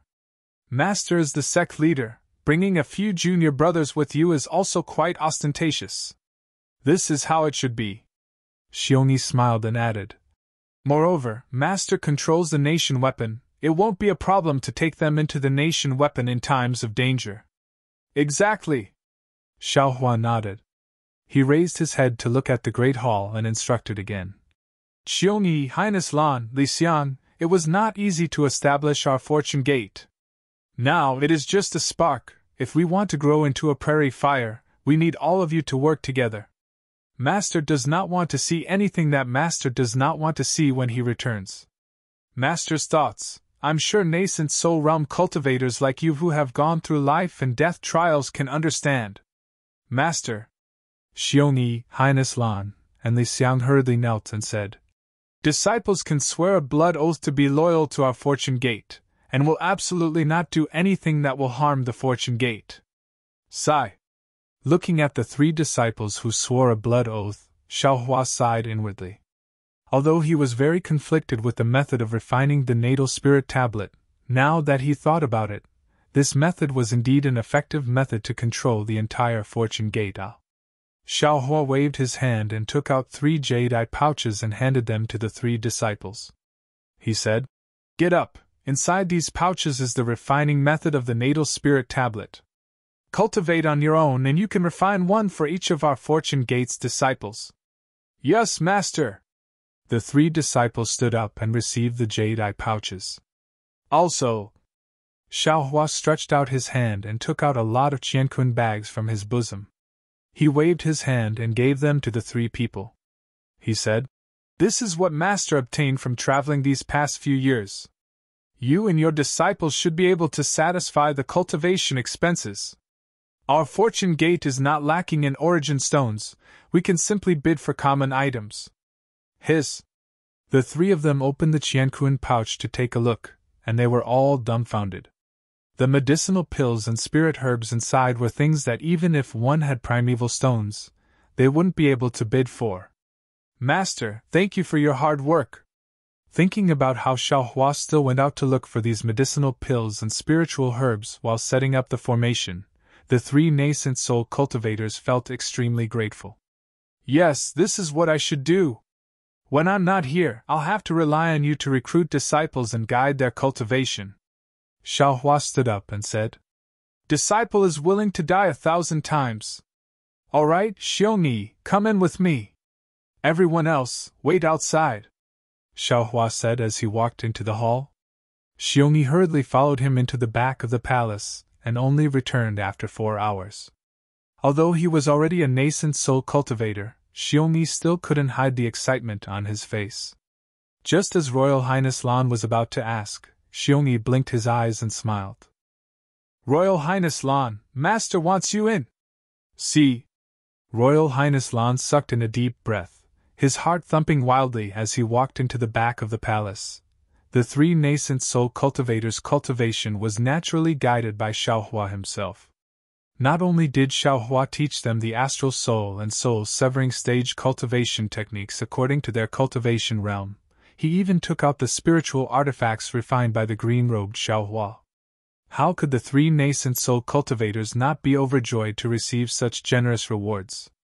After settling the 3 nascent soul cultivators' affairs, Xiaohua returned to the main hall and sat down. His gaze swept past everyone and landed on Chan Yu and Wu Tian. He said, "Chan Yu, Wu Tian, you 2 are different from other disciples. You can be considered masters and named disciples. Now that my fortune gate has been established, this old man would like to ask you, are you willing to enter my fortune gate?" How could Chan Yu and Wu Tian hesitate? They immediately knelt on the ground and kowtowed. "Disciple is willing to enter the fortune gate and respect Taoist as master." "Good." Xiaohua nodded. "Today, this old man officially accepts you 2 as disciples, but this old man doesn't like any formalities, so I don't want anything like that. We will follow master's decision." Both of them respectfully kowtowed 9 more times before getting up. "Congratulations, junior brothers." Xiongyi and the others were also overjoyed as they stepped forward to congratulate them. Chan Yu and Wu Tian also got up from the ground and happily returned the greeting. After waiting for a while, Xiaohua said, "Chan Yu, you are different from master's other disciples. You have already reached late-stage golden core realm. You have cultivated the cultivation technique master gave you for so many years. If it weren't to make up for your previous missteps, you would have been able to conceive a nascent soul long ago. This time, this old man's trip is to send the disciples into the country artifact. The origin energy inside the country artifact is not abundant, so it is not suitable for you to cultivate inside. You stay in the fortune gate and ask your 3 senior brothers about your cultivation. Master hopes that when I return, my fortune gate will have another nascent soul cultivator." What Xiaohua said was the truth. Lu Yi and the others were merely at the qi refinement realm. How much origin energy did they need to cultivate? Chan Yu alone was equivalent to several hundred Lu Yis. Chan Yu bowed respectfully and said, "Yes, disciple obeys. This is what you need for your cultivation." Xiaohua took out 2 spatial pouches and handed them to Chan Yu. After Chan Yu received the spatial pouches, Xiaohua looked at Wu Tian. Who would have thought that Wu Tian would hastily kneel down and cry out, "Master, please don't let disciple stay." Disciple would rather not cultivate than to leave master's side. And your situation is indeed troublesome. If you stay in the soaring Dragon Mountain range, the entire fortune gate will suffer. Xiaohua smiled and said, "This old man wants to take you away." Pu Piu. Wu Tian's heart skipped a beat, and he hurriedly got up and said, "Many thanks, master." Xiaohua then looked at the other disciples and said with a smile, "Wang Bianfei, go say goodbye to your mother. Tomorrow morning, come with master to travel the hidden immortal mainland." "Ha, yes, master." Hearing that he was going to travel, Wang Bianfei was ecstatic. After saluting, he quickly left the Fortune Gate Palace. Looking at Wang Bianfei's back, Xiaohua smiled. Wang Bianfei's mood represented the mood of the other Fortune Gate disciples. Although he couldn't make too many promises to them, if they were to cultivate quietly, he could do it. What revitalizing the Tao Gate? Perhaps it would start from the smallest action. "Master." Xiongyi looked at Xiaohua's smile and suppressed his excitement. He couldn't help but carefully ask, "Master, this trip will be different from before. When will you return? Disciple will take charge of the Fortune Gate in Master's place." "What should I do?" Xiaohua had vaguely mentioned these things before, and Xiongyi naturally understood. However, when Xiaohua guided the cultivation of the 3 nascent soul realm disciples, Xiongyi suddenly realized that although the Fortune Gate was still within his control, in a few decades or 100 years, it might not be something he could control. He had no choice but to ask for instructions again. However, before Xiaohua could say anything, the black bear spirit's cries could be heard from outside the hall. "Master, you don't want this little one anymore? You're leaving the Fortune Gate with a group of disciples, but you're leaving this little one here?" Amidst the cries, heavy footsteps could be heard. The black bear spirit, golden eagle, and white lion ran in from outside the hall and threw themselves in front of Xiaohua, kowtowing. The dong-dong sound was rather clear in the somewhat quiet main hall. Xiaohua looked at the 3 demons and frowned slightly. He understood in his heart that when he was in the Black Wind Ridge, other than himself, the highest cultivation was the foundation establishment Qin Xiaoyao. But now, not to mention Golden Core disciples, there were 3 nascent soul realm disciples. The Black Bear spirit and the other 2 demons' status in the soaring Dragon Mountain range was getting lower. Moreover, he was going to travel, and these demons could only be mountain guards. Their importance was getting lower and lower. The other demons were better, but the Black Bear spirit, Golden Eagle, and White Lion might not be able to stand the loneliness. Especially the fickleness of human nature, the 3 demons might not be able to understand. They might even start a dispute with Xiongyi and the other human cultivators. Forget it. Xiaohua's thoughts turned, and he smiled. "You 3 get up, this old man will take the 3 of you out to travel." "Really? Old master?" The black bear spirit raised his head, his bare face full of tears. Beside him, the golden eagle and white lion were also surprised. "If you 3 leave, how will the demons be arranged? This old man will not take them out to travel," Xiaohua asked. The black bear spirit did not even look at the golden eagle and white lion, and hurriedly said, "Old master, this little one's boy, Qin Xiaoyao, Jiang Ming, Qin Qingyi, and Jian Haodong are all good. If possible, this little one will let these disciples lead the little one's boy." "This little one too," the golden eagle and white lion hurriedly agreed. "Now that old master has made the Fortune Gate impregnable, this little one does not need to patrol. Just let Qin Xiaoyao and the others be in charge of these boy." Xiaohua nodded and ordered, "Pass down this old man's decree. Order Qin Xiaoyao and the others to take over the Fortune Gate's disciples. In addition, Black Bear, Golden Eagle, and White Lion, you all must obey Qin Xiaoyao and the other disciples' orders." If there is anything you don't agree with, kill without mercy. Yes, old master. Black Bear and the other two demon beasts' hearts trembled, and they hurriedly complied and retreated. Xiangyi. Xiaohua looked at Xiongyi and said, If this master's departure goes smoothly, I estimate I will return in a few years, but if it doesn't, I'm afraid it will take more than a few decades. In fact, you should understand that if this master is not in the Fortune Gate, this soaring Dragon Mountain range is very safe. As for how the Fortune Gate will develop, this old man will still say the same thing when I accepted you into the Fortune Gate. If you want a chance, this old man will give it to you, no matter how big it is. As long as this old man has the ability, this old man will definitely give it to you. But... Xiaohua's tone turned cold again. But once you enter my Fortune Gate, you are a Fortune Gate disciple. Remember not to cause trouble, brothers fighting each other. This disciple understands. Not only Xiongyi, but Li Xiang and Lan also bowed and answered. -13.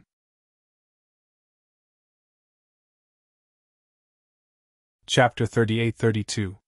Xiongyi, these guards are old friends of my Black Wind Mountain range.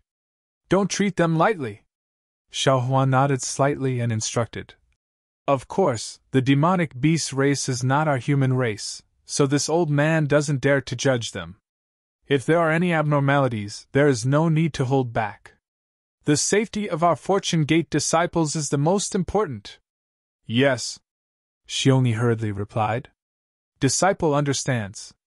Xiaohua pondered for a moment, and felt that there was nothing else to say. He stood up and said, This old man will not say much. The hidden immortal mainland is only so big. If there are any abnormalities, this old man will be able to hear them.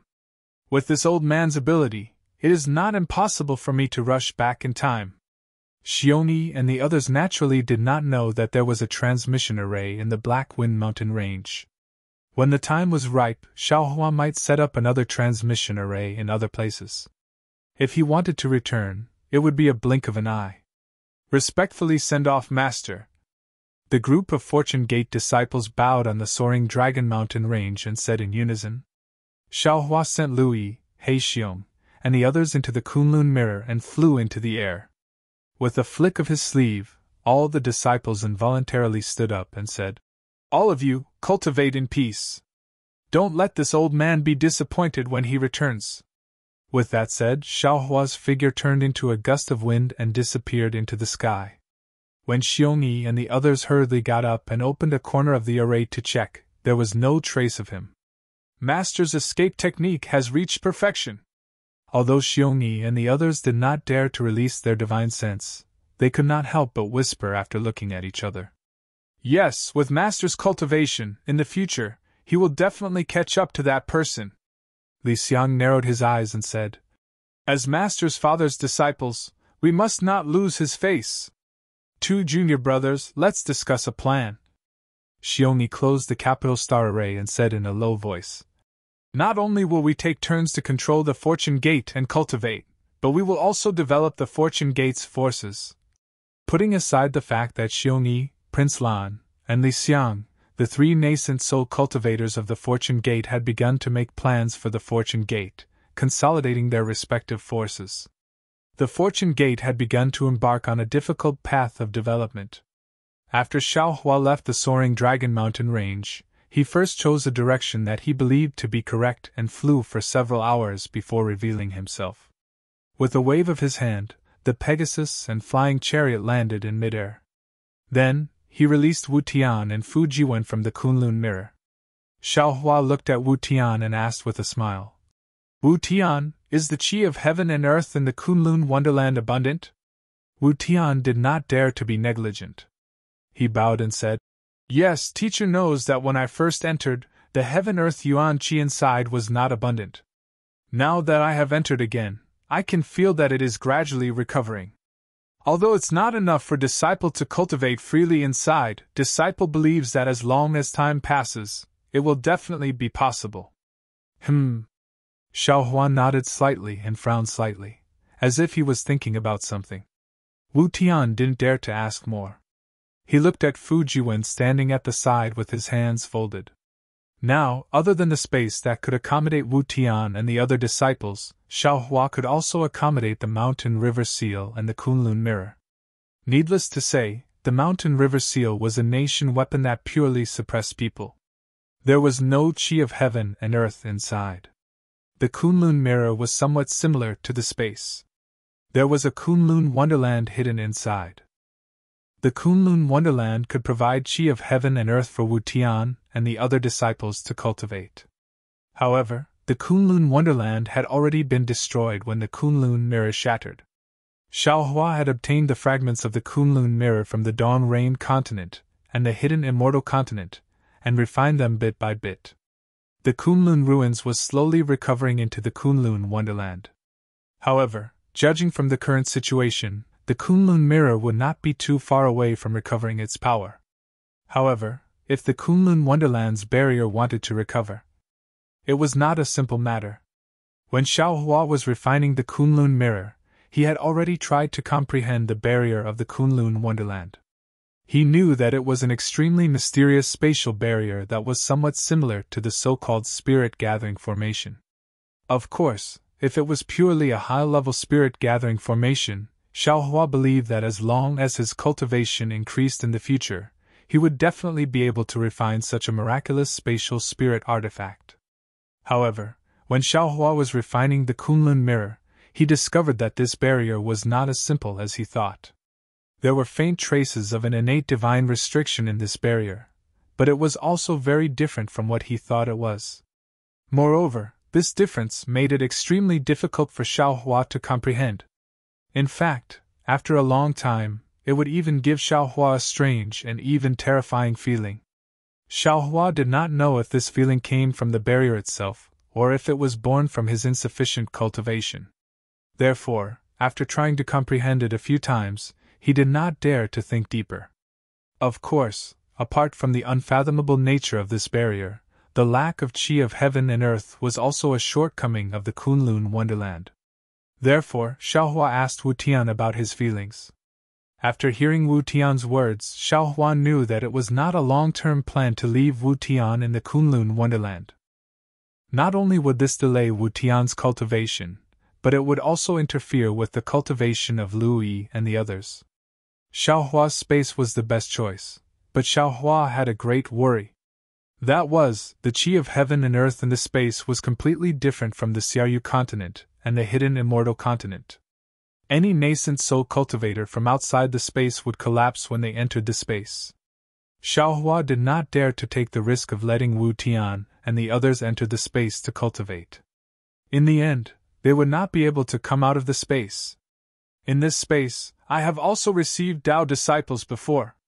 Cui Hongshan, Jin Minghui, Su Qing, and other Imperial Thunder Sect disciples have also stayed in there for several years. Moreover, after they came out, their cultivation had greatly improved. This shows that this space is suitable for cultivators to cultivate. However, the problem is that they are only qi refining disciples. The strongest is only foundation establishment, far from nascent soul. This Xiao also does not know if they can come out of the space after cultivating to nascent soul. If they can't come out, wouldn't this Xiao's disciples only be able to guard this unformed space? Could it be that they are like those lonely disciples of fellow Taoist Green Robe? Those lonely disciples have both men and women. If they can't cultivate, they can still reproduce in the space and create a world of cultivation. When Xiaohua thought of this, his eyes suddenly lit up. He clapped his hands and said with a smile, "This Xiao understands. Benevolent Great Master! This Xiao has to thank you. If I didn't meet you, this Xiao wouldn't be able to understand the relationship between the physical body and nascent soul." That's right. In the cultivation of Buddhism, the physical body and sarira are two things that are difficult to reconcile. Buddhism has always emphasized on abandoning the physical body to become sarira. However, our Dao sect is somewhat different. The physical body is very important in the early stages of cultivation. Dao sect cultivators rely on the physical body to sense the world's origin energy, and rely on the meridians of the physical body to refine the world's origin energy. However, after reaching nascent soul, the nascent soul itself has two meridians, one yin and one yang. These two meridians directly communicate with the world. At this time, the physical body may no longer be important in cultivation.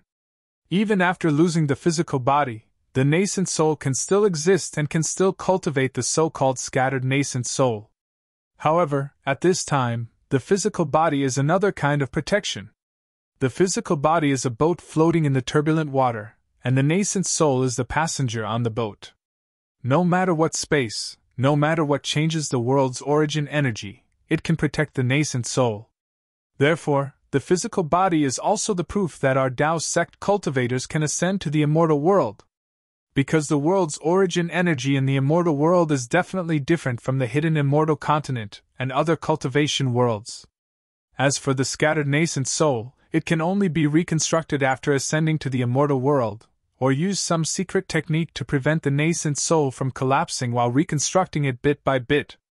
If that's the case, within this Zhao's space, although the world's origin energy is different from the hidden immortal continent, it can still allow Wu Tian and other disciples to cultivate inside.